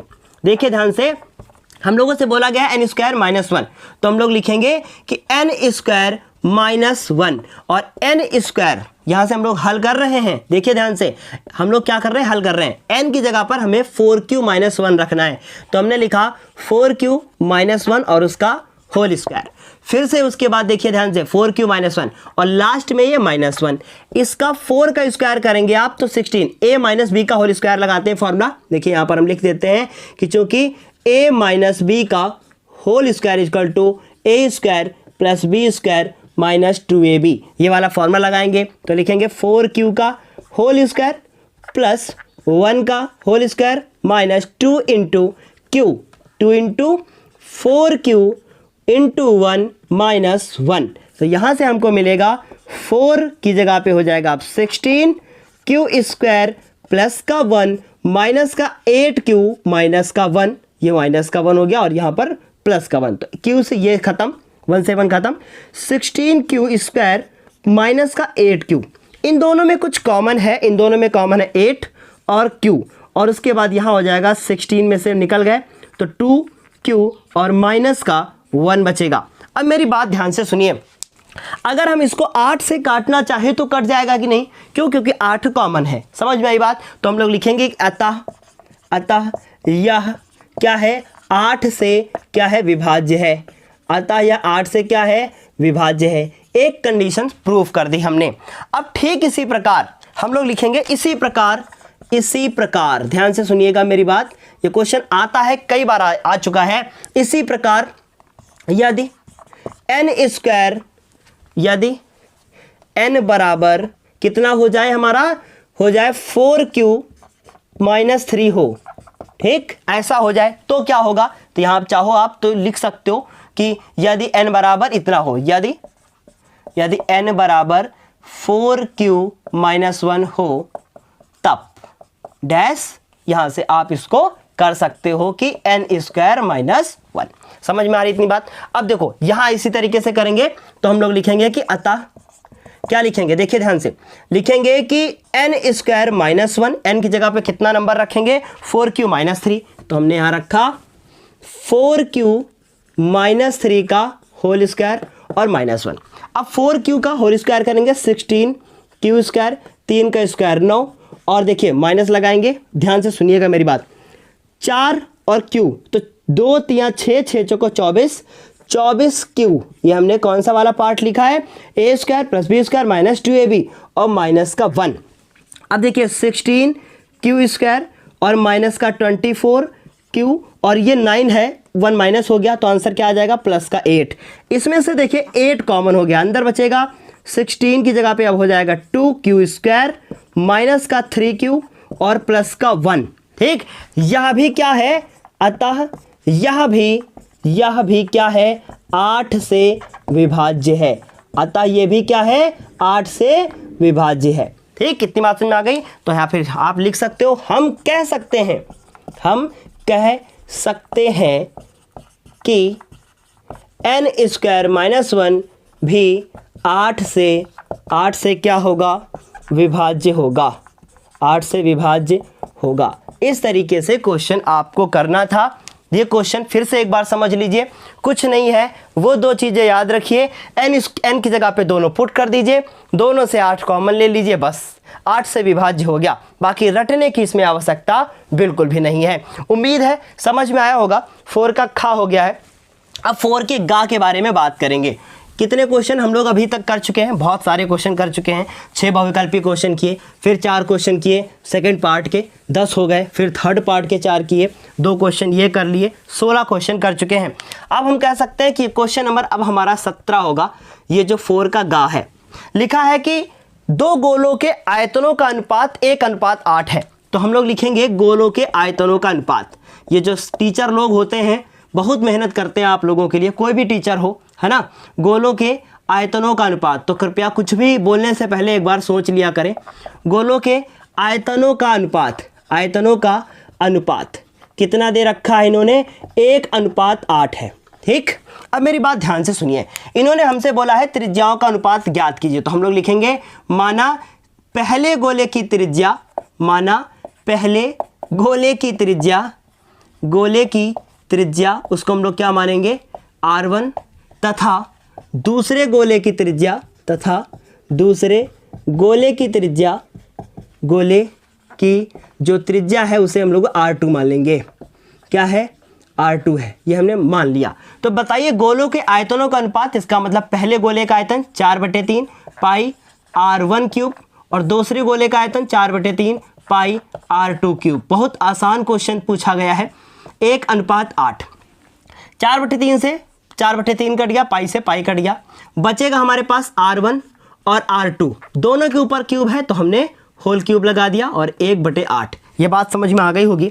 अब ये क्यूब रूट उधर जाएगा तो r1 और r2, अब देखिए ध्यान से, 1/8 है तो ये लग जाएगा ऊपर और छोटा सा यहाँ 3 हो जाएगा। अब ये हो गया r1 r2, ध्यान से मेरी बात सुनिए। 8 जो लिखा हुआ है उसका 2 गुणे 2 गुणे 2 हुआ, और 1 को तो आप कर ही सकते हो, कोई दिक्कत नहीं, छोटा सा 3 लिखना मत भूलिएगा। अब देखिए ध्यान से, हम लोग लिखेंगे कि r1/r2, उसके बाद देखिए 1 का 1 निकल आएगा बाहर, जोड़ा नहीं बनेगा, त्रिक बनेगा 3 का। फिर यहाँ पर भी देखिए ये तीनों के में से 1 बाहर आ गया, तो हम कह सकते हैं कि उनकी त्रिज्याओं का जो अनुपात होगा वो 1:2 होगा। उम्मीद है ये समझ में आपको अच्छे से आ गया होगा कैसे किया गया है। बहुत ज़्यादा समय नहीं बचा है, इस वजह से अब थोड़ा सा हमें स्पीड में चलना होगा। 4 का गा भी हो गया है। अब 4 का हम लोग घा नंबर पढ़ेंगे। 4 का चौथा पार्ट क्या लिखा है, ध्यान से सुनिएगा मेरी बात को। क्या लिखा है, 4 का घा नंबर क्वेश्चन। ठीक, देखिए क्या लिखा हुआ है। लिखा है कि यदि समीकरण ax स्क्वायर, उसके बाद लिखा हुआ है माइनस का 15x, और उसके बाद फिर लिखा है 2b = 0। इसके 2 मूल हैं। एक मूल इन्होंने दे रखा है x = 2 और एक दे रखा है x = 3। 2 मूल है, दोनों आंसर दे दिए हैं इन्होंने। तो कहा गया है कि तो a और b के मान ज्ञात कीजिए। कुछ नहीं करेंगे, हम लोग इनके मूल को इसमें रखना शुरू कर देंगे, और जैसे ही पहला मूल आप रखोगे तो इसमें 2 नियतांक है, एक है a दूसरा है b। तो एक बार में एक समीकरण आएगा, दूसरी बार में दूसरा समीकरण आएगा, दोनों को सॉल्व कर लेंगे, आंसर आ जाएगा। तो हम लोग लिखेंगे कि x = 2 रखने पर, x बराबर कितना रखने पर, x = 2 रखने पर, अब 2 इसमें रख दीजिए तो हो जाएगा a, फिर 2 का स्क्वायर माइनस का 15, x = 2 प्लस का 2b बराबर कितना 0। तो ये हो गया आपका a, 2 का स्क्वायर 4, तो ये हो गया 4, 15 दूना कितना हो गया 30, और प्लस का 2b और इक्वल टू कितना हो गया 0। ये हो गया आपका 4a, इसे हो गया आपका प्लस का 2b, और 30 को उधर लेकर चले जाइए, ये प्लस का 30। अब चाहो आप तो इसमें कुछ कॉमन ले लो, 2 कॉमन है तो 2 कॉमन ले लिया, अंदर बचेगा 2a प्लस का b और ये 30। अब 2 नीचे जाएगा, 2a प्लस का b और ये 15, समीकरण नंबर कितना 1 हो जाएगा। समझ में आ गई बात, कुछ नहीं किया मैंने। अभी x बराबर सिर्फ 2 रखा, 2 का स्क्वायर 4, 15 दूना 30, ये हो गया 2b और इक्वल टू कहाँ 2 रखा, x बराबर 2 रखा। ठीक, फिर देखिए x बराबर अब कितना रखने पर, 3 रखने पर। अब जैसे ही x बराबर अब हम 3 रखेंगे तो क्या होगा, देखिएगा ध्यान से। हम लोग लिखेंगे कि a और 3 का स्क्वायर, उसके बाद -15 गुणे में 3 प्लस का 2b और बराबर कितना 0। 2b नहीं 2b। चलिए a हो गया 3 का स्क्वायर 9, 15 3 45 और उसके बाद प्लस का 2b इक्वल टू कितना 0 हो गया। ठीक, उसके बाद देखिए 9a, तो हमने यहाँ पर लिखा 9a माइनस का 45 और प्लस का 2b इक्वल टू कितना 0। अब देखिए 9a लिखेंगे हम लोग, क्या लिखेंगे 9a, फिर उसके बाद प्लस का 2b और 45 उधर चला गया, समीकरण नंबर कितना 2। लेकिन अगर हम इस समीकरण में 2 कॉमन नहीं लेते तो ये क्वेश्चन और आसान होता, क्योंकि अब हमें गुणा नहीं करना पड़ेगा, तो हम इसे नहीं लेते हैं कॉमन, पता नहीं था ना हमें, अब पता हो गया। अब पहले और दूसरे को हल कर दो। हम लोग लिखेंगे कि समीकरण नंबर 1 व 2 को हल करने पर, 1 व 2 को हल करने पर, अब इन दोनों समीकरणों को हमें हल करना है। कैसे हल करना है आप आराम से वीडियो को देखिएगा। इन दोनों को उतार लो ऊपर नीचे, तो मैंने लिखा 9a प्लस का 2b, पहले वो उतार लो, इससे कोई फर्क नहीं पड़ेगा, इसको उतारोगे तब भी कोई फर्क नहीं पड़ेगा, आंसर में कोई भी फर्क नहीं पड़ने वाला। ये आपका 30, ये माइनस खट गए, 9 में 4 चले गए 5a और 9 में 4 जाएंगे 5a, 15 में 30 चले गए तो 15 हो गए। ठीक है, 15 में 30 नहीं, 45 में 30 गए तो 15 हो गए। अब ये a हो गया, ये हो गया 15 बटे में कितना 5, 5 कम 5, 5 या 15, a बराबर आंसर कितना आ गया 3। अब जो a बराबर 3 आंसर आ गया है, इस a बराबर 3 को उठाकर आप किसी एक समीकरण में रख दीजिए, आपका b का आंसर आ जाएगा। तो उठा के हम लोग इसमें रख देते हैं, तो हम लोग लिखेंगे a बराबर 3 समीकरण नंबर कहाँ पे 1 में रखने पर। ठीक, अब समीकरण नंबर 1 क्या है, 4 इंटू a की जगह पे 3 प्लस का 2b इक्वल टू 30, 4 तिया कितना 12 प्लस का 2b बराबर 30, 12 उधर जाके घटा दीजिए, कितने हो जाएंगे 18, बच जाएंगे 18 और b बराबर आंसर आ जाएगा 9। तो b बराबर आंसर आया 9 और a बराबर आंसर आया 3। जल्दी से इसका एक बार स्क्रीनशॉट ले लीजिए। हम लोगों ने फोर्थ पार्ट भी क्या कर लिया कंप्लीट, कुछ नहीं था, 2 मूल दिए थे x के, x बराबर कितना दिया था, एक x बराबर 2 था और एक x बराबर 3 था, 2 वैल्यू दी थी। अब इन दोनों वैल्यू के बाद अगर पेपर में आपको अपना आंसर भी चेक करना हो तो कैसे चेक करोगे बताएंगे। पहले मैंने क्या किया, x बराबर 2 रख दिया, एक इक्वेशन आ गई, x बराबर 3 रखा, दूसरी इक्वेशन आ गई, 2 इक्वेशन बन गई, उनको फिर से सॉल्व किया, a और b की वैल्यू आ गई, खत्म। पेपर में आंसर चेक करना हो तो कैसे चेक करोगे, ध्यान से देखिएगा, मेरी बात को ध्यान से सुनिएगा। ax², तो a की जगह पर मेरा आंसर कितना आया है 3, तो मैंने लिखा 3x², फिर उसके बाद 15x लिख दिया, उसके बाद b की जगह पे कितना आया था 9, 9 दूनी 18 हो गया, प्लस का 18। अब देखिए ध्यान से, 18 तिया 54, 54 के ऐसे खंड के जोड़ने पे 15 आ जाए, जोड़ने पे कितना आ जाए 15। अब ये कहा गया है तो 54 के ऐसे खंड के जोड़ने पे 15 आ जाए, 2 से काट दीजिए, ये हो गया आपके 27, फिर 3 से काट दिए 9। अब देखिए ये 6 हो गए 15, 9 6 15 हो जाएंगे, 3x², उसके बाद माइनस के यहाँ पे हमने लिखा x और यहाँ पे लिखा 9 प्लस 6 प्लस का 18। सॉल्व कर लीजिए इसको, आपका जो आंसर आ जाएगा x का वो 2 और 3 आ जाएगा, खत्म हो जाएगा क्वेश्चन वहीं पे। समझ में आ रही इतनी बात, या आप चाहो तो 3 कॉमन ले लो पूरे से और सॉल्व कर लो उसके बाद। इस तरीके से आप इसका चाहो तो जल्दी से एक स्क्रीनशॉट ले लो। 3 का हम लोग चौथे का चौथा क्वेश्चन भी हम लोग कर चुके हैं। अब हम लोग करेंगे 5वें का नंबर क्वेश्चन, है ना, 5th का नंबर क्वेश्चन। क्या लिखा है 5th का नंबर क्वेश्चन, लिखा है कि बिंदु, लिखा हुआ है कि बिंदु, कौन कौन से बिंदु हैं उसको देखिए ध्यान से। पहला बिंदु दिया है -4,6, कितना है बिंदु, एक लिखा है -4,6, ये 5 का नंबर क्वेश्चन है। एक बिंदु है वो क्या लिखा हुआ है -4,6 और a और b को जोड़ने वाले, तो कहीं पर भी a कोई पॉइंट है और कहीं पर कोई b पॉइंट है, इसको जोड़ने वाले, और इस a के निर्देशांक -6,10 है और b के निर्देशांक 3,-8 है। एक बिंदु है जो इसको कहीं से काट के जाता है और उस बिंदु के निर्देशांक है -4,6। ये कोई बिंदु है जो इसको ऐसे काट के इस रेखा को चला जाता है। आ रही इतनी बात समझें, तो ये हम थोड़ा सा साफ कर देते हैं यहाँ पर -4,6। अब कहा गया है कि किस अनुपात में काटता है, इस पॉइंट के इस तरफ कितनी वैल्यू है, उस पॉइंट के उस तरफ कितनी वैल्यू है, कितना अनुपात है। इस क्वेश्चन को इन क्वेश्चंस को हम कई बार करवा भी चुके हैं। कैसे हल करेंगे देखिए ध्यान से, ये इसका जो बिंदु है वो उसे हम कहते हैं विभाजन बिंदु, है ना। तो हम लोग इसको हल करेंगे, देखिए ध्यान से पेपर में कैसे करना है। हम बहुत बड़ी बड़ी बातें करने से का कोई मतलब नहीं है। क्वेश्चंस बहुत आसान है, इन क्वेश्चंस को कैसे करना है बस आपको देखना है। ठीक, चलो देखो, ये है विभाजन बिंदु, तो हम यहां पर लिखेंगे विभाजन बिंदु के निर्देशांक, विभाजन बिंदु के निर्देशांक। अब देखिए विभाजन बिंदु के निर्देशांक को कैसे लिखेंगे, निर्देशांक बराबर क्या होता है फॉर्मूला, mx2 प्लस nx1 और अपॉन में क्या होता है m प्लस n होता है, फिर कॉमा my2 प्लस n और उसके बाद y1, तो यहां पर बहुत ज़्यादा है n और y1, फिर क्या होता है अपॉन में होता है m प्लस n, ये होता है हमारा फॉर्मूला। m की वैल्यू पता नहीं, पर विभाजन बिंदु के निर्देशांक -4,6 है, तो -4,6 लिखा मैंने। ध्यान से सुनिएगा मेरी बात, ये थोड़ा सा अलग तरीका है हमारे कराने का। फिर हमने m लिखा और x2 की वैल्यू को देखा।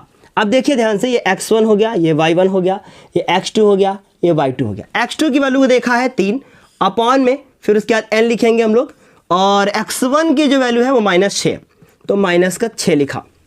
m की वैल्यू पता नहीं, ये हमने लिख दिया, फिर कॉमा लगाया। फिर देखिए m की वैल्यू कितनी है नहीं पता।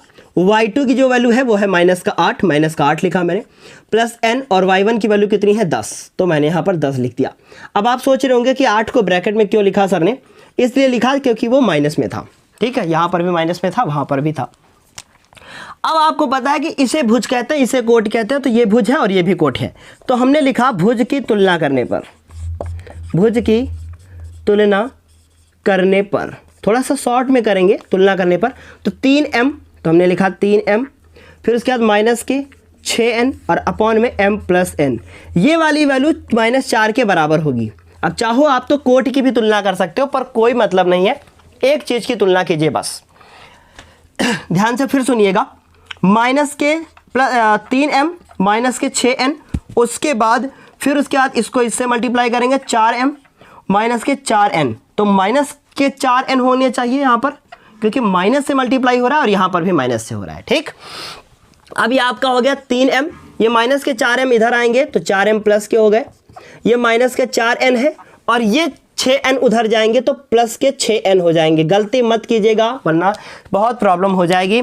ये हो गया आपके 3m, ये उसके बाद 3m के बाद ये 4m इधर आए, फिर 6n उधर चले गए।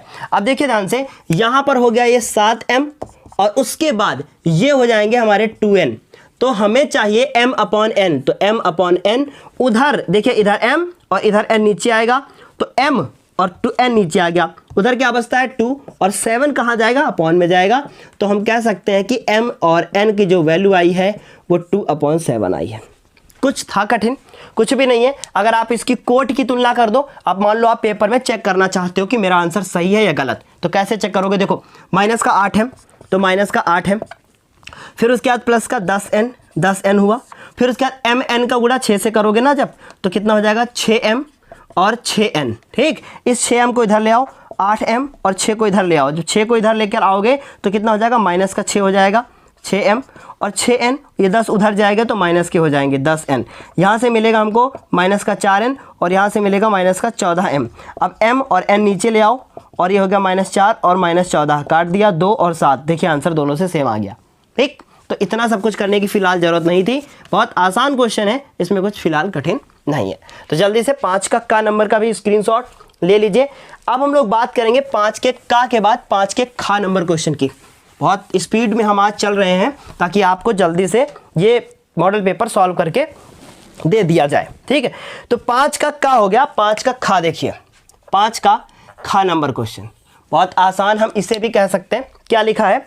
लिखा है कि यदि ए बी तथा सी त्रिभुज ए बी सी के अंतःकोण हो तो सिद्ध कीजिए sine A plus B upon 2 equal to sine cos C by 2। बहुत आसान है, बहुत बार इस तरीके के क्वेश्चन आए हैं। तो हम लोग लिखेंगे कि चूंकि ए बी और व सी त्रिभुज ए बी सी के क्या है, अंतःकोण है, अंतःकोण है। अगर ये अंतःकोण है तो इसका मतलब a प्लस बी प्लस सी इनको जोड़ने पे 180 आएगा। अगर आएगा, अब मुझे जो प्रूफ करना है उसमें देखिए b a प्लस बी एक तरफ रखना है, c को दूसरी तरफ रखना है, तो हम c को दूसरी तरफ भेज देंगे, तो a प्लस बी और c को जैसे ही दूसरी तरफ भेजेंगे वो निगेटिव हो जाएगा। अब मुझे अपॉन में 2 भी लाना है, तो हम लोग लिखेंगे कि दोनों पक्षों में 2 से भाग करने पर, 2 से क्या करने पर, भाग करने पर। अब भाग करेंगे तो a प्लस बी अपॉन में 2, यहाँ पे 180 माइनस c अपॉन 2। तो इसमें अलग अलग मत कीजिए क्योंकि हमको यही चीज़ लानी थी। उसके बाद यहाँ पर देखिए 180 अपॉन में 2 माइनस का c बटे 2 अलग अलग हो गया, तो a प्लस बी अपॉन में 2 और equal to 90 minus c by 2। ये नीचे जो क्वेश्चन है वहाँ पे ये पूरी लाइन है, हम उसको अभी बता देंगे। देखिए ध्यान से, अब मुझे इस तरफ साइन लाना है, तो हम लोग लिखेंगे कि दोनों पक्षों में साइन लेने पर। आपको अगर लग रहा है कि ये बहुत स्पीड में पढ़ा रहे हैं तो आपको क्या करना चाहिए, आपको पिछले वीडियोस को देखना चाहिए जिसमें मैंने बहुत आराम से पढ़ाया है। ये sine a plus B upon में 2 ये ऐसे हो जाएगा और ये साइन इधर भी हो जाएगा हमारा, तो साइन ये हो जाएगा 90 माइनस c बाई 2। अब आपको एक फॉर्मूला पता है, क्या फॉर्मूला पता है वो लिखते हैं हम अभी। देखिए sine a by 2, sine a plus b by 2, उसके बाद साइन 90 माइनस थीटा। अब देखिए यहाँ पर फॉर्मूला लिख रहे हैं sine 90 minus theta equal to cos theta. ठीक, तो हमने यहाँ पर लिखा कॉस और थीटा की वैल्यू है c बाई 2। इस तरीके से ये भी क्या हो गया, मेरा आंसर हो गया। अगर आपको नहीं समझ में आया है कि ये क्वेश्चन कैसे हुआ, कहाँ पे प्रॉब्लम हुई, तो आप मुझे कमेंट बॉक्स में बता सकते हैं कि आपको कहाँ प्रॉब्लम हुई है। जहाँ भी प्रॉब्लम होगी वहाँ हम आपको फिर से बता देंगे सब कुछ। तो चलिए अभी आप इसका जल्दी से स्क्रीनशॉट ले लीजिए। अब अगला क्वेश्चन हम लोग करते हैं। तो अब हम लोग बात करेंगे 5 के गा नंबर क्वेश्चन की। हम लोग नहीं गा क्वेश्चन को कर चुके हैं, खा हो चुका है। खा के बाद अब हम लोग बात करेंगे किसकी, 5 के गा नंबर क्वेश्चन की, और इसमें घा लिखा हुआ है पर वहाँ गा है। ठीक है, 5 के गा नंबर क्वेश्चन की बात करेंगे। अब 5 का जो गा नंबर क्वेश्चन है वो माध्यक से रिलेटेड है। बहुत सारे बच्चों का कहना था कि सर एक क्वेश्चन बहुलक का बता दीजिए। जी हाँ, नेक्स्ट वाले जो मॉडल पेपर में हम लोग बहुलक का क्वेश्चन पढ़ लेंगे। क्या लिखा है 5 का गा नंबर क्वेश्चन, क्या लिखा है ध्यान से सुनिएगा मेरी बात को। लिखा है कि एक पौधे की पत्तियों की लंबाई निकटतम मिलीमीटर में मापी गई, और ये आपको वहाँ चार्ट दिख रहा है, मापी गई तथा आंकड़ों को सारणी में लिखा गया। सारणी आपको बगल में दिख रही होगी, सारणी में लिखा गया। इस सारणी को जरा ध्यान से देखिए, 118 माइनस 126, सॉरी माइनस नहीं डैश 126, फिर नीचे लिखा हुआ है 127 डैश 135। ये सतत वर्ग अंतराल में नहीं है। ये जो 126 है ऊपर वाले कॉलम में देखिएगा, सबसे पहले वाले में 126 से खत्म हो रही है पर शुरू 127 से हो रही है, मतलब ये सतत में नहीं है। इसे हमें सतत में करना होगा। कैसे करना होगा, चलिए देखिए ध्यान से सुनिएगा मेरी बात। तो हम लोग यहाँ लिखेंगे लंबाई, और उसके बाद यहाँ पर और भी कुछ दिया है बगल में। ये बगल में दिया है पत्तियों की संख्या। अब ध्यान से मेरी बात को सुनिएगा। पहले लिखा है 118 से 126। अगर किसी भी टेबल को सतत वर्ग अंतराल में बनाना है तो इसमें पहले वाले में, इस वाले में आपको घटाना होता है 0.5 को, और इसमें जोड़ना होता है 0.5 को। ये जोड़ना घटाना होता है। तो 118 में अगर घटाओगे 0.5 को तो 117.5 बचेगा। 126 में जोड़ोगे तो 126.5 हो जाएगा। अब ये 126.5। अब नेक्स्ट देखिए 127, इसके बाद वाली में क्या लिखा है 127 में घटाओगे तो 126.5। ये आपको ध्यान देना है। अगर पेपर में आपने इसका ध्यान नहीं दिया तो सब गड़बड़ हो जाएगा। उसके बाद 135 लिखा है तो 135.5। अब यहाँ पे देखिए 135.5, बस ये जल्दी जल्दी लिख दीजिए। अब उसके बाद यहाँ पे देखिए तीसरी वाली में 144 तो 144.5। फिर उसके बाद यहाँ पर भी क्या हो जाएगा 144.5। फिर से यहाँ पर कितना हो जाएगा 153.5। फिर कितना हो जाएगा 154. कितना 154 की जगह पे 53, 153.5, फिर 162 है तो 162.5, फिर यहाँ पर 162.5, फिर उसके बाद 171.5, फिर कितना हो जाएगा 171.5 और 180 कितना 5 हो जाएगा। ये बात समझ में आ गई आपको।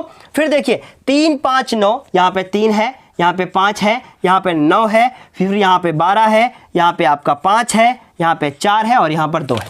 अब ये क्वेश्चन बिल्कुल नॉर्मल माध्यकों के क्वेश्चन के जैसा हो चुका है। अब हम आपको बताते हैं फॉर्मूला माध्यक का और जो जो वैल्यू है वो बता देंगे, सॉल्व अपने आप कर लेंगे आप। L plus n/2 minus C upon F into में H, ये फॉर्मूला होता है।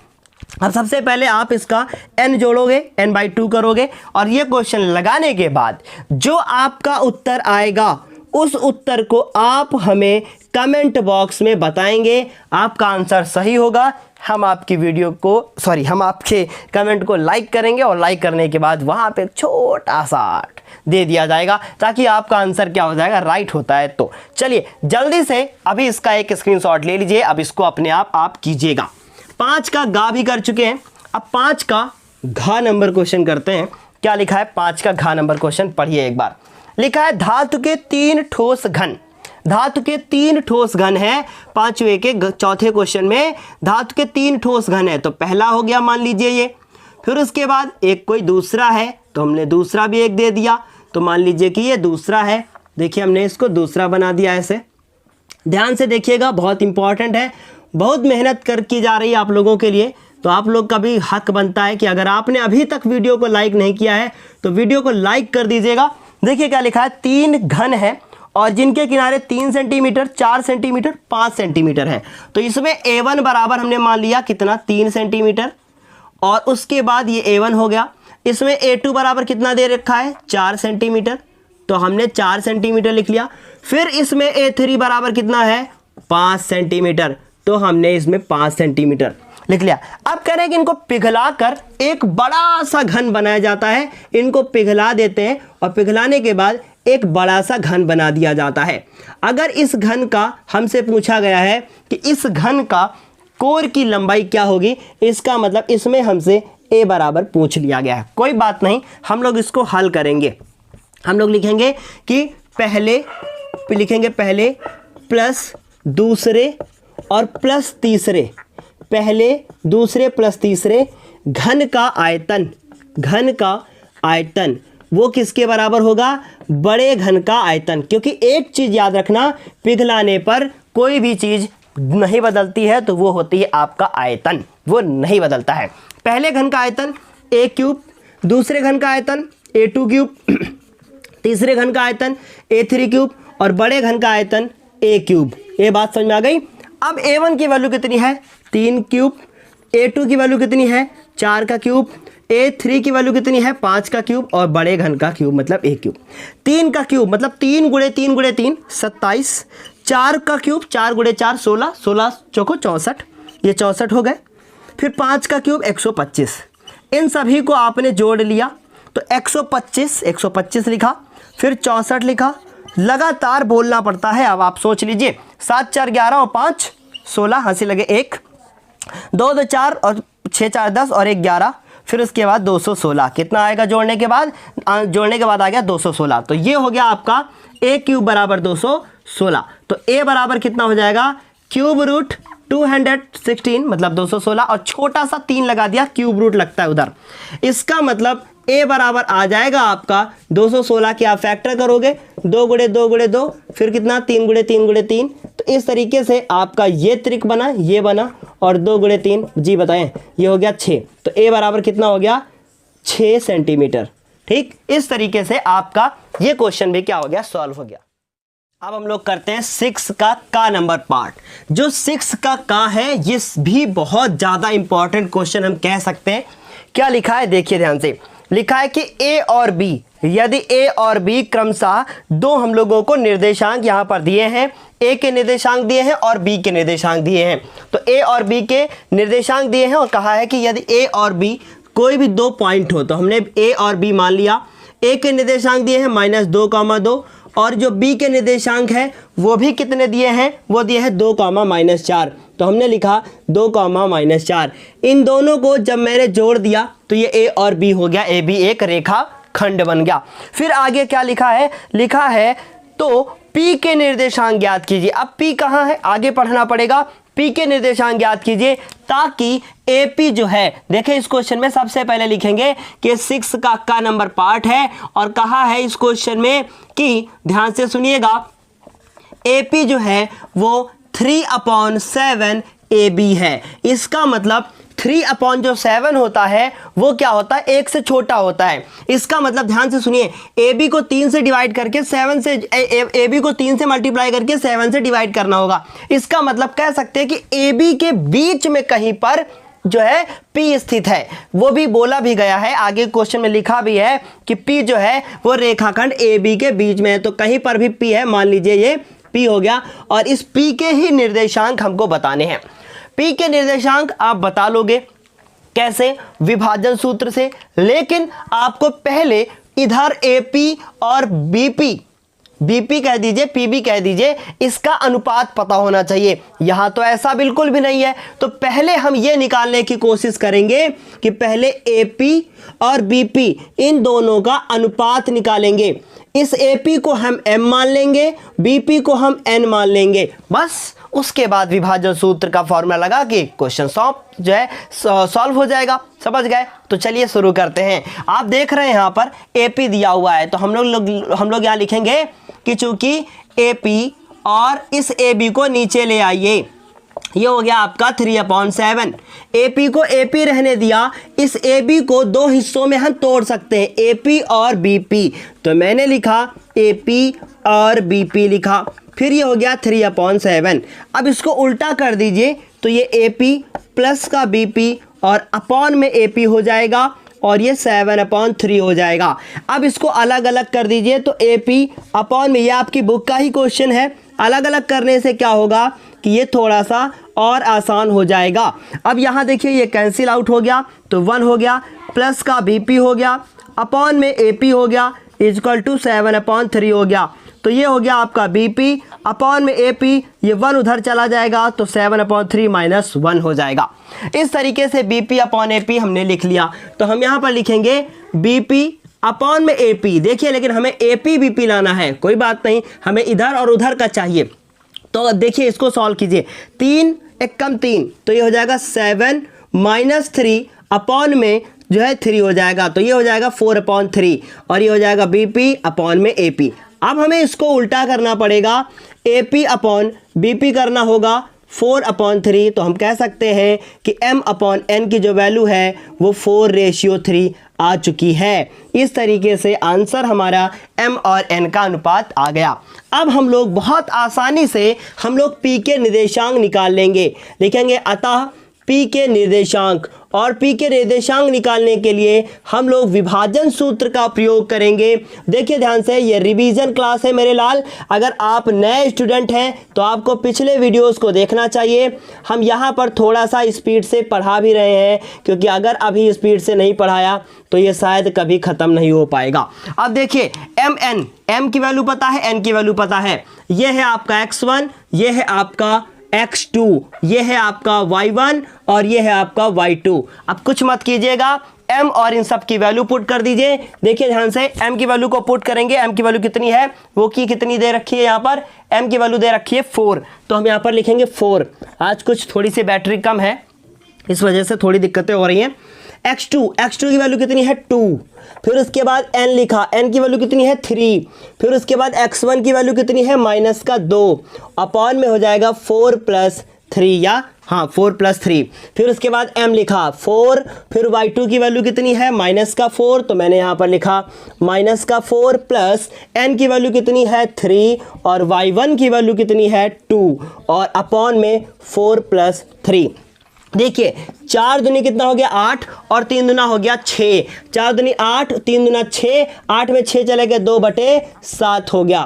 फिर उसके बाद 4 चौको 16 और 3 दूना 6, 16 में 6 चले गए -10/7 और यही मेरा क्या हो गया आंसर हो जाएगा। उम्मीद है समझ में आया होगा। अगर आपको कहीं प्लस माइनस में प्रॉब्लम नज़र आ रही हो तो फिलहाल तो प्रॉब्लम नहीं है, पर फिर भी अगर कहीं दिक्कत लगे तो आप कमेंट बॉक्स में मैसेज करके बता सकते हैं। अब छठे का भी हम लोगों ने कर लिया।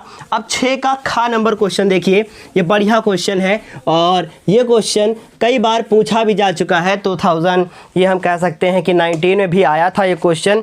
क्या लिखा है देखिएगा ध्यान से। ये खा नंबर क्वेश्चन है, लिखा है कि 6 2x + 5। इस तरीके से बहुत सारे क्वेश्चन हैं और बहुत सारे क्वेश्चंस आप किए भी होंगे इस तरीके से। ये 4 है, उसके बाद x + 1 है और x + 5 है। आने वाले कई सेटों में इस तरीके के हम बहुत सारे क्वेश्चंस को करवा देंगे ताकि आपको प्रॉब्लम ना हो। अब देखिएगा ध्यान से, यहाँ पे इस तरीके से ये क्वेश्चन लिखा हुआ है। अब बहुत आसानी से इसे समझने की कोशिश कीजिए। जो ये लिखा है उसी का जस्ट अपोजिट है, तो इसमें से इसको मान लीजिए ये इसका उल्टा हो जाएगा। तो हमने यहाँ पर माना, इस क्वेश्चन में देखिए कहीं y नहीं लिखा है, तो हमने माना कि x + 1 और x + 5, यहाँ पर हम 2 लिखना भूल गए। तो 2x + 5 इक्वल टू हमने इसको y मान लिया। तो ये इक्वेशन नंबर क्या हो गई, 1 हो गई। अगर मैंने इसको y माना है तो ये क्या हो जाएगा, 1/, देखिए इसको मैंने y माना तो ये 1/y हो जाएगा। इसको मैंने अगर माना होगा, मान लीजिए हम इसको ही मानना चाहते हैं तो इसको मान लीजिए, कोई फर्क नहीं पड़ेगा, आप इसको मान लीजिए। अब हम लोग लिखेंगे कि अतः, अब देखिए ध्यान से, ये हो गया 6, ये पूरा क्या हो गया आपका y हो गया -4, ये क्या हो गया 1/y हो गया, -5 = 0। ये आपका हो गया 6y, ये आपका हो गया 4/y और ये हो गया -5 = 0। यहाँ अब हम लोग एलसीएम लेंगे तो देखिए इसका इसके साथ मल्टीप्लाई होगा, 6y² -4 -5y = कितना हो जाएगा, 0। नीचे अपॉन में जो y बचेगा उस y का इसके साथ मल्टीप्लाई हो जाएगा और आंसर आ जाएगा 0।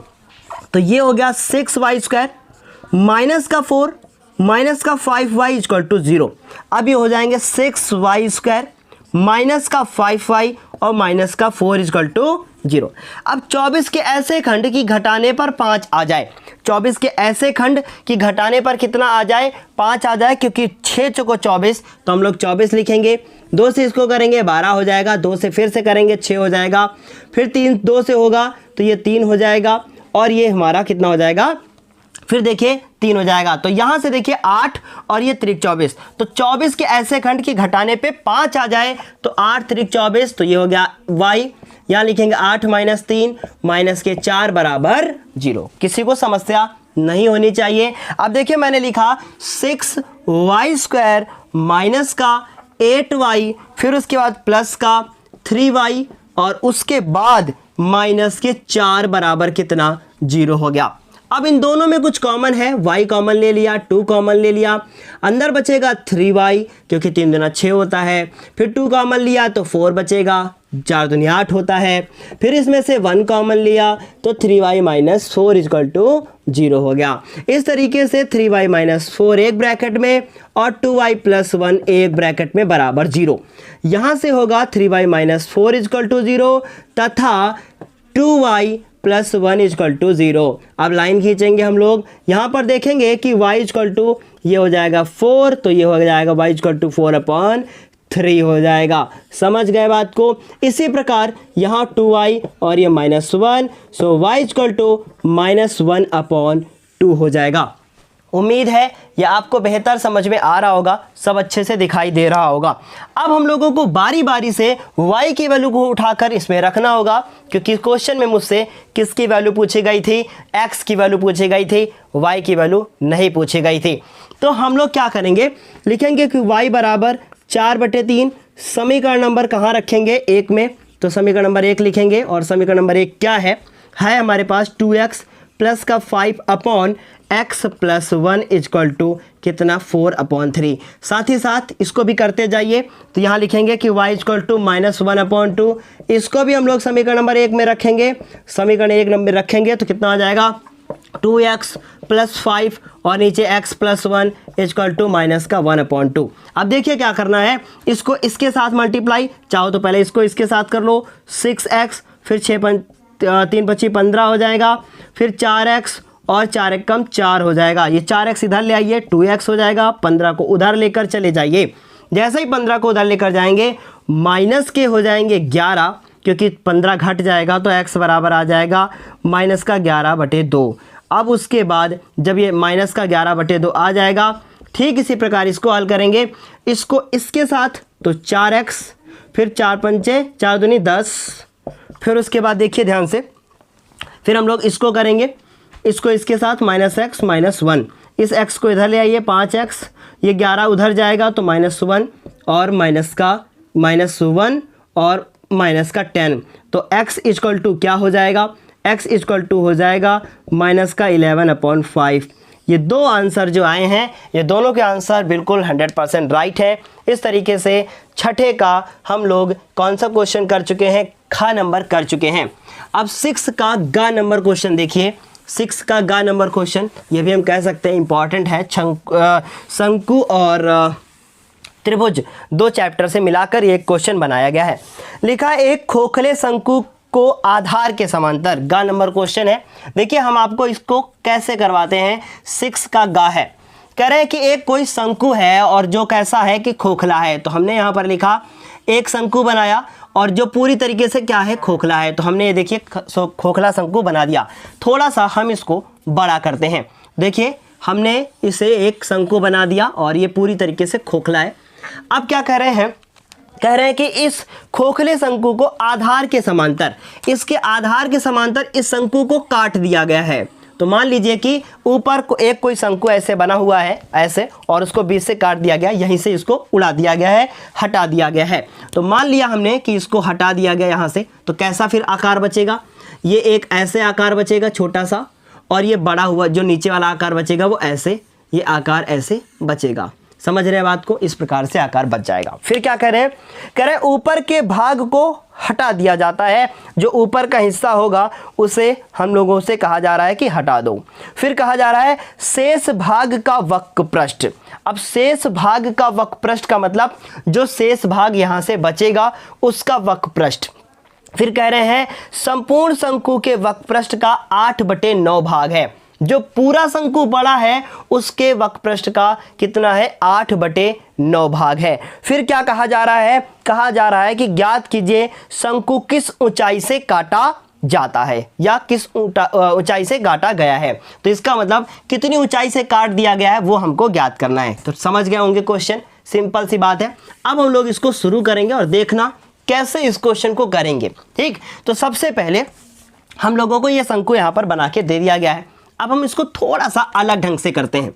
यहाँ से यहाँ तक नीचे तक अगर हम आए तो ये शंकु की कुल हाइट हो गई, तो इसे हम लोगों ने क्या लिखा, कैपिटल एच। क्या लिखा, कैपिटल एच। जो रेड कलर से बनाई वो क्या है, कैपिटल एच है।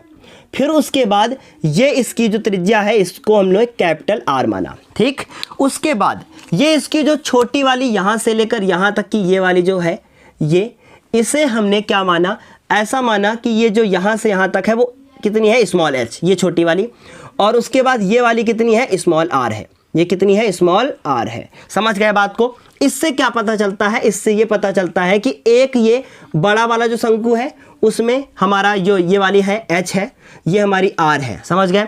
और इसमें ये क्या है, एल है। फिर एक छोटा शंकु बन जाता है हमारा, इस प्रकार से एक छोटा शंकु बन गया। इस छोटे शंकु में, ये शंकु नहीं त्रिभुज बना रहे हैं पर हम हिस्सा दिखा रहे हैं आपको, ये आर हो गया, ये इसका छोटे वाले की एच हो गई, हाइट जिसको हम लोग एच यहाँ पर लिखेंगे, ये बनाने नहीं है आपको पर समझना है, और ये इसकी एल हो गई। समझ गए। तो यहाँ से यहाँ तक ये जो टोटल है वो हमारी क्या हो जाती है, मान लीजिए कि हमारी एल हो जाती है, पर यहाँ से यहाँ तक स्मॉल एल हो जाती है। हम आपको अलग अलग करके दिखाएंगे। अब आपको ये बात पता है, आपको ये बात पता है कि इसमें ये वाला कोण इस वाले कोण के क्या है, बराबर है, और ये वाला कोण इस वाले कोण के क्या है, बराबर है। तो हम कह सकते हैं कि दोनों त्रिभुज आपस में क्या है, समरूप है। समझ रहे बात को। तो चलिए इसी को लिखना शुरू करेंगे। तो यहाँ लिखा हमने ए, यहाँ पर हमने लिख दिया मान लो ओ लिख दिया, और यहाँ पर हमने बी लिख दिया। ठीक है, यहाँ पर ए हो गया, और यहाँ पर मान लीजिए कि हम सी लिख देते हैं, ये सी हो गया, और यहाँ पर हमारा बी हो गया, ये बी हो गया, और उसके बाद यहाँ पर डी हो गया, और यहाँ पर ई हो गया। ठीक, अब हम लोग इसको हल करेंगे। देखिए ध्यान से सुनने की कोशिश कीजिएगा। हम लोग जानते हैं कि त्रिभुज जो हमारा ए बी सी है, छोटा वाला जो त्रिभुज है ए बी सी, ये छोटा वाला त्रिभुज जो ए बी सी है वो बड़े वाले त्रिभुज ADE के समरूप होगा, ADE के समरूप है, ये हमको पता है, ठीक, क्योंकि दो कोण बराबर हैं, ठीक, क्योंकि दो कोण क्या है, समान है, दो कोण समान है, ये बात आपको समझ में आ गई होगी, ठीक। हम कोशिश करेंगे, हम ये निकालने जा रहे हैं कि H और H का अनुपात कितना है, ये निकाल लिया, समझ लो काम हो गया, ठीक। तो हम कह सकते हैं कि अगर ये समकोण है तो इसका ये मतलब हुआ कि हम लोग यहां पर लिख सकते हैं कि H/H, क्योंकि ये ABC है, यहां पर A लिखा, ये B लिखा, ये C लिखा, ये A हो गया, ये D हो गया और ये E हो गया, H/H, या आप कैपिटल H स्मॉल h लिख सकते हैं, एक ही चीज लिखनी है पहले, लेकिन ध्यान से सुनिएगा। तो small h capital H, small r ये त्रिज्या हो गई और इस कैपिटल R, फिर हम लोग लिख सकते हैं L और L। क्या ये बात समझ में आ गई? ये हमारी इक्वेशन नंबर क्या हो गई, 1 हो गई। अब फिर से ध्यान से मेरी बात को सुनिएगा। इन्होंने कहा था कि एक बड़ा सा शंकु है, उसको काट कर ऊपर का भाग हटा दिया जाता है, तो फिर क्या बचेगा, छिन्नक बचेगा। कितना बचेगा, छिन्नक बचेगा। और वो जो छिन्नक बचेगा उसका जो क्षेत्रफल है वो बड़े वाले शंकु का के वक्र पृष्ठ का 8/9 भाग है। किसका, जो ऊपर वाला हिस्सा बचता है वो। समझ रहे ना? देखो जरा ध्यान से समझने की कोशिश करो। अब देखो जरा प्रश्नानुसार हम लोग क्या लिखेंगे, हम लोग लिखेंगे कि जो छिन्नक बनता है नीचे वाला हिस्सा ना, शेष भाग का वक्र पृष्ठ, शेष भाग का जो वक्र पृष्ठ है वो क्या है, 8/9 भाग क्या, संपूर्ण शंकु का वक्र पृष्ठ, शंकु का वक्र पृष्ठ। ध्यान से मेरी बात को समझने की कोशिश कीजिएगा। शेष भाग में कौन होगा, शेष भाग का मतलब पहले पूरे शंकु का वक्र पृष्ठ रहा होगा, तो पूरे का मतलब क्या हो गया, पाई r और l हो गया, ठीक। इसके बाद शेष भाग कौन होगा, तो यहां कैपिटल कर दीजिए। शेष भाग कौन होगा, शेष भाग में देखिए मेरी बात ध्यान से, शेष भाग मतलब पूरा रहा होगा, छोटे वाले को घटा दो, इसका मतलब पाई r l को घटा दो। समझ में आ रही है मेरी बात? तो इतना ही तो बचेगा, क्योंकि देखिए पूरे का इतना, वो काट के ऊपर वाले को हटा दिया गया, तो पूरे का इतना पाई r l होता है, फिर उसमें से छोटे वाले को घटा दिया। अब 8/9 और संपूर्ण मतलब पूरा, तो इसका मतलब पाई और r और l हो गया। क्या ये बात समझ में आ गई? आ गई इतनी बात समझ में? अब देखो मेरी बात ध्यान से समझो, ये लिखा है पाई और उसके बाद r और l, इसको इधर ले आइए, माइनस का 8/9 और पाई r और l, पाई r और l, इस पाई r l को उधर ले जाइए, पाई r और l, ठीक। समझने की कोशिश।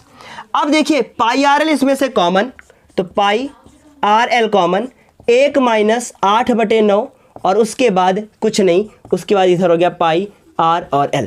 अब इससे क्या होगा, ये पाई से पाई कट गया, ठीक। अब मेरे पास r l बचा, तो मैंने यहां पर, अब इसको मिटा दिया जाए, थोड़ा सा साफ कर दें, आप इसको चाहो तो बना सकते हो बाद में, है ना। चलो अब ये देखो जरा ध्यान से समझने की कोशिश करो, ठीक। ये हो गया RL, तो हमने यहाँ लिखा RL। फिर उसके बाद इसको सॉल्व करते हैं, 9 × 9 और 8 चले गए, तो 1/9 हो गया। फिर उसके बाद इधर बचेगा मेरे पास R और L, ठीक। समझने की कोशिश करें। यहाँ पे देखिए स्मॉल r ऊपर है और कैपिटल R नीचे है, तो हमने क्या किया, R लिखा, L लिखा और इस RL को हमने नीचे भेजा, R और L को नीचे भेजा, और इधर हो गया 1/9 लिखा मैंने। मुझे ऊंचाई चाहिए थी। अब देखिए ध्यान से बात को समझने की कोशिश कीजिए। R/R की जगह पे हम H/H लिख सकते हैं, तो हमने लिखा H/H। फिर उसके बाद L/L की जगह पर हम फिर H/H लिख सकते हैं, तो हमने H/H लिखा। इस प्रकार से 1/9 बराबर मेरे पास हो गया, देखिए ध्यान से, HH क्या हो गया, H², HH ये हो गया H² और 1/9, इसको लिख सकते हैं H/H का होल स्क्वायर इक्वल टू 1/9। तो हम लोग यह अंडर रूट उधर लगाएंगे, तो H/H बराबर बचेगा 1/3। तो हम लोग कह सकते हैं कि जो H बराबर जो है वो 1/3 और ये क्या है, H है। तो हम लोग यहाँ लिख सकते हैं, अतः जो स्मॉल h की वैल्यू है वो 1/3 है। तो हम लोग यहाँ लिखेंगे कि अतः शंकु को 1/3 ऊंचाई से काटा गया। बताइए ये क्वेश्चन आपको समझ में आया या नहीं आया? बस सारा खेल यहीं से था, वो वाली वैल्यू लाई और ये हमने ऐसे कर दिया। कोई दिक्कत नहीं होगी किसी को, 2 चैप्टर मिला के एक क्वेश्चन बनाया गया था। तो जल्दी से अब इसका स्क्रीनशॉट ले लीजिए। ये कौन सा क्वेश्चन था? ये 6 का गा नंबर का पार्ट था। अब हम लोग 6 के गा के बाद बात करेंगे 6 के कौन से नंबर की? खा नंबर की, 6 के चौथे पार्ट की, है ना। इसे थोड़ा सा अब हम लोग जल्दी समझेंगे। 6 का खा नंबर क्वेश्चन, खा समझते हैं ना, घा सॉरी। हाँ, अब देखिए ध्यान से, एक मीनार के शिखर से, एक कोई मीनार है, अब इसका डायग्राम समझ लीजिए, बाकी अपने आप कैलकुलेशन कीजिएगा। एक मीनार के शिखर से, मीनार हो गया, इसके शिखर पे कोई खड़ा है, तो यहाँ पे ये शिखर पे कोई खड़ा है। शिखर से 50 मीटर ऊंचे, तो कोई 50 मीटर ऊंचा भवन है, ये मान लीजिए 50 मीटर कोई ऊंचा भवन है, के शिखर से 50 मीटर ऊंचे भवन की छत, तो ये इसकी छत को देख रहा है और कह रहा है कि इसका जो अवनमन कोण है वो 30 डिग्री है। तो भवन कितने का है? 50 मीटर, ठीक, 50 मीटर हो गया। यहाँ देख रहे हैं तो अवनमन कोण कितने का बन रहा है? 30 डिग्री का बन रहा है। तो यहाँ पर भी कितने का बनेगा? 30 का ही बनेगा। फिर क्या करें, और आधार को देख रहा है कोई नीचे, इसको देख रहा है, तो ये जो कोण बन रहा है ये पूरा ये 45 डिग्री का बन रहा है। तो इधर भी कितने का बनेगा? 45 का। फिर हमसे बोला गया है कि मीनार की ऊंचाई ज्ञात कीजिए, तो ये पूरी h मान लीजिएगा आप। फिर यहाँ से यहाँ तक आपका 50 ही रहेगा, यहाँ से आपका हो जाएगा h माइनस 50, तो इसमें यहाँ से यहाँ तक h माइनस 50 हो जाएगा, h माइनस कितना हो जाएगा? 50, h माइनस 50। अब इस तरीके से आप पहले A, फिर B और फिर C, ये D और E, पहले आप इस पूरे ADE त्रिभुज में चलेंगे, ADE त्रिभुज में चलेंगे। जैसे ही ADE त्रिभुज में चल लेंगे, लिख दें, क्या कर देते हैं, चलिए देखें, त्रिभुज ADE में, ठीक, त्रिभुज ADE में चलेंगे तो क्या लिखेंगे कि tan 45 इक्वल टू क्या लिखेंगे? AE अपॉन में क्या लिखेंगे? DE, ठीक। 45 की वैल्यू 1, AE की वैल्यू कितनी है? h, और DE की वैल्यू हमको पता नहीं, तो यहाँ से DE की वैल्यू आ जाएगी आपकी h। DE बराबर कितना हो जाएगा? h। फिर उसके बाद अब आप छोटे वाले में चलोगे आप, तो लिखोगे पुनः त्रिभुज AB और C में, इसमें आप चलोगे तो क्या लिखोगे? tan 30 डिग्री इक्वल टू क्या लिखोगे? h माइनस 50 अपॉन BC, और ये जो BC की वैल्यू है, यही हमारी BC जो है वो DE के बराबर है, इसलिए हम इसकी जगह पे h लिख देंगे। और tan 30 की वैल्यू 1/√3, इसका इसके साथ मल्टीप्लाई और इसका इसके साथ मल्टीप्लाई, इसका इसके साथ आप करोगे, देखो पहले इसको इसके साथ कर लो, √3 h माइनस के 50 और √3, और इसका इसके साथ कर लो h, तो ये √3 h, ये h इधर आएगा और ये 50 √3, ठीक। अब इसमें से आप h कॉमन ले लो, √3 माइनस 1, तो √3 माइनस 1 और 50 √3 हो गया, ठीक। समझ में आ रही इतनी चीज़।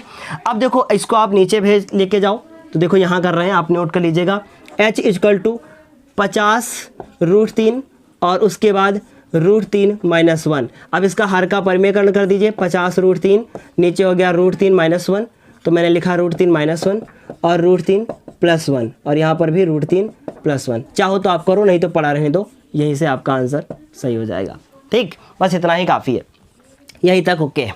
इस तरीके से हमारा ये क्वेश्चन भी यहीं पे सॉल्व होता है। जल्दी से आप इसका स्क्रीनशॉट ले लीजिए। 6 का घा नंबर क्वेश्चन हो चुका है। अब हम लोग बात करेंगे 7 के का नंबर क्वेश्चंस की, और ये 7 का नंबर क्वेश्चन कई बार आपके एग्जाम में आ भी चुका है। क्या लिखा हुआ है 7 का नंबर क्वेश्चन, पढ़ते हैं एक बार। देखिए क्या लिखा है, लिखा है कि दो समीकरण दिए गए हैं, और वो समीकरण है 2x minus Y equal to 1, तथा एक दूसरा समीकरण है x plus 2y equal to 13। कह रहे हैं कि इन दोनों का ग्राफ खींचना है, ग्राफ खींचकर इन्हें हल करो, और साथ ही साथ इन रेखाओं, जो दो रेखाएं बनती हैं, तथा y अक्ष से बने त्रिभुज के शीर्षों के निर्देशांक भी ज्ञात करो। तो सबसे पहले इसका ग्राफ खींचना होगा, तो हम लोग लिखेंगे कि ग्राफ के लिए, बहुत ध्यान से सुनिएगा, ग्राफ के लिए समीकरण नंबर 1 से, समीकरण नंबर 1 से, ठीक है, ध्यान से मेरी बात को सुनिएगा। अब समीकरण नंबर 1 क्या है, लिखते हैं। लिखा है कि 2x minus Y equal to 1। यहाँ से अगर हम लोग इस y को उस तरफ भेज दें और 1 को इधर ले आएं, तो ये 2x minus 1 equal to Y, तो y की वैल्यू निकालेंगे तो 2x माइनस 1। हमें कुछ भी करके किसी एक की वैल्यू निकाल लेनी होती है। अब उसके बाद हमें अपना एक बॉक्स बनाना होता है। इस बॉक्स में हमें मिनिमम 2 या 2 से अधिक वैल्यू लिखनी होती हैं। तो हम लोग क्या करेंगे कि मिनिमम 2 वैल्यू लिखेंगे। बेशक अगर आप गलती से बचना चाहते हैं तो 3 वैल्यू निकालने के बाद इस क्वेश्चन को खत्म करें। यहां पर लिखेंगे x, यहां पर लिखेंगे y।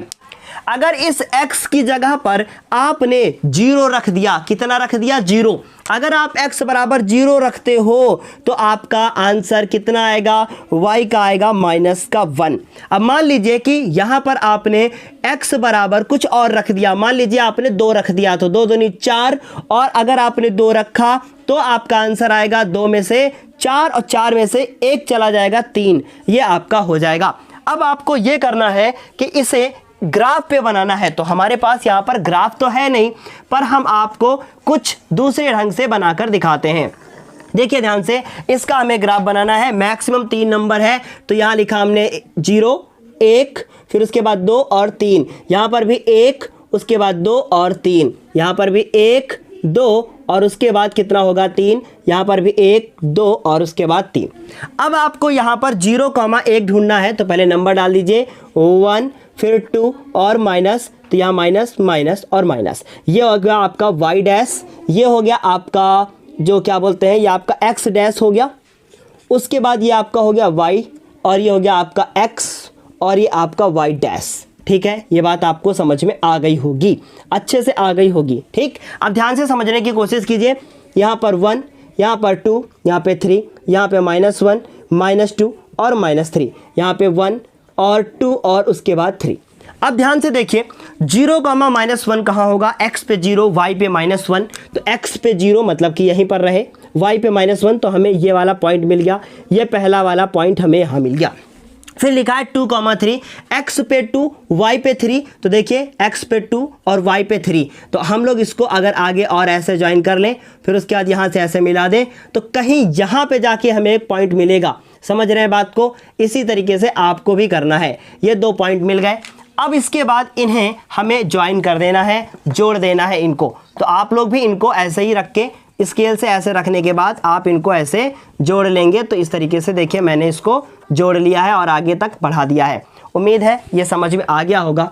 अब इतना ये हो गया और ये इधर से हो गया। अब आपको दूसरा समीकरण लिखना है समीकरण नंबर 2 से। अब आपका समीकरण नंबर 2 क्या है उसे नोट कर लीजिए। समीकरण नंबर 2 है कि x + 2y = 13, ये लिखा है। अब आपको ये करना है कि x लिखा हुआ, ध्यान से देखिएगा, मेरी बात सुनिएगा, इस 2y को उधर भेज दीजिए, तो 13 माइनस का 2y, y की जगह पर कोई एक नंबर रखिए, पहले बॉक्स बना लीजिए, और यहाँ पे 1 में x, ये सारे हमने करवा रखे हैं, अगर आप चाहो तो प्लेलिस्ट में जाके आप देख सकते हो। x की जगह पर कोई भी नंबर नहीं रखना है मुझे, अब y की जगह पे रखना है। अगर y की जगह पे आपने ऐसा कोई नंबर आपको रखना है कि जिसकी वजह से इसका आंसर थोड़ा सा कम आए, तो मान लीजिए कि y की जगह पे आपने 4 रखा, तो 4 रखेंगे अगर y की जगह पे, तो 4 दूनी 8 हो जाएगा, और 13 में से 8 चले गए तो कितना बचेगा, 5 बचेगा। फिर इसी प्रकार इसकी जगह पे कुछ और रख के देख लीजिए। मान लीजिए कि आपने 5 रखा y की जगह पर, तो 5 दूनी 10, फिर आपका आंसर आएगा 3 आएगा। इस तरीके से 5,4 मुझे ढूंढना होगा। अब 5,4 तो यहाँ पे ढूंढना पॉसिबल नहीं है, तो आप लोग इसके लाइन को बढ़ा लेंगे, और मान लो आप लाइन बढ़ाते हैं और आपका ऐसे डायग्राम बन जाता है। ठीक है, जब आपका डायग्राम बन जाएगा तो देखिए ये एक y अक्ष हो गया। ठीक, आपका ऐसे एक डायग्राम यहाँ पर बनेगा। जो भी त्रिभुज बनेगा वो त्रिभुज यहाँ पे जो भी पॉइंट हो वो लगा दीजिएगा। उसके बाद जो भी आपको पॉइंट मिले और ये जहाँ पर भी कट कर रहा हो उसे लगा दीजिएगा। उसके बाद ये इसके निर्देशांक आ जाएंगे। आप कमेंट बॉक्स में नीचे आंसर मैसेज कर दीजिएगा। तो चलिए, और हाँ, अगर आपको ये अच्छे से और भी देखना है तो एनसीईआरटी बुक में क्वेश्चन देखिए और प्लेलिस्ट में जाइए और वहाँ से आप इसको देख लीजिए। तो उम्मीद है ये क्वेश्चन समझ में आया होगा, आगे आपको कैसे करना है। ठीक है, ये का हो गया। अब हम लोग इसके खा नंबर की बात करेंगे। तो 5 का कौन सा बात करेंगे हम लोग अब किसकी, 5 के खा नंबर की, और ये आज का थोड़ा सा लास्ट क्वेश्चन होगा। ठीक है, कौन सा, 7 का खा, सॉरी, है ना। क्वेश्चन क्या लिखा है पढ़ते हैं एक बार। लिखा है कि 8, ये लिखा है 8, फिर लिखा है ब्रैकेट में x + 3, उसके बाद 2x + 1 ब्रैकेट क्लोज माइनस का 3 = 10, और अंडर रूट फिर लिखा हुआ है x + 3 और उसके बाद 2x + 1। ऐसे ये क्वेश्चन लिखा हुआ है। अभी इससे पहले इस तरीके का क्वेश्चन कर चुके हैं। इसमें लिखा है कि इसको द्विघात समीकरण में पहले बदलिए और बदलने के बाद मूलों की प्रकृति भी ज्ञात कीजिए, साथ ही साथ सूत्र विधि से इसे हल भी कीजिए। तो पहले इसे द्विघात समीकरण में बदलना है। देखिए x + 3 2x + 1 2x + 1, ठीक है, सेम लिखा है, उल्टा पलटा कुछ नहीं है। तो देखिए ध्यान से, इसमें कहीं हमें द्विघात समीकरण बनाना होगा। इसकी घात अंडर रूट का मतलब होता है घात 1/2 है, मतलब आधी है, और इसकी घात कितनी है, 1 है। इसकी घात 1/2 है, इसका मतलब ये ज़्यादा है और ये कम है, तो हमें इसको मानना होगा। तो हम लोगों ने लिखा, माना 10 नहीं मानते, सिर्फ अंडर रूट मान लेते हैं x + 3 और उसके बाद 2x + 1 इक्वल टू कुछ भी मान लीजिए आपने y माना। जैसे ही आप y मान लोगे, इसका अगर आप वर्ग स्क्वायर को उधर भेज दोगे तो x + 3 और उसके बाद 2x + 1 अंडर रूट उधर जाएगा तो ये y² हो जाएगा। इसे मानने की जरूरत नहीं है। तो हम लोग लिखेंगे कि अतः इसकी जगह पे लिखेंगे y², तो 8y² इक्वल टू नहीं लगाएंगे, -3 लिखेंगे, फिर उसके बाद 10 और ये लिखा है हमारे पास y। अब ये हो गया 8y², 10 को इधर ले आए, -10 -3 = 0। बताइए ये क्वेश्चन कितना आसान है, द्विघात समीकरण में ये बदल गया है। समझ गए, 2 नंबर आपके पक्के। अब यहाँ तक मैंने इसे सॉल्व कर दिया है। अब आप लोग इसके मूलों की प्रकृति को बता देंगे, इसका विविक्तकर निकाल लेंगे। अगर विविक्तकर का मान 0 से ज़्यादा आता है तो कह देंगे कि मूल जो है वो कैसे असमान है और वास्तविक है। अगर 0 आ जाता है, फिलहाल 0 नहीं आएगा, तो फिर आप लिख देंगे कि समान है। ये सॉल्व हो जाएगा। और विविक्तकर का मान 0 से ज़्यादा आएगा तो आप लिख देंगे कि अतः मूल वास्तविक और असमान है। उसके बाद फिर आपको इसे सूत्र विधि से हल करना है, अर्थात इसमें श्रीधराचार्य का फॉर्मूला लगा लेंगे। चलिए धन्यवाद। अब मिलते हैं हम लोग अगली क्लास में। आज कुछ थोड़ी सी तबीयत वीडियो में पढ़ाते पढ़ाते डाउन हो गई है। धन्यवाद।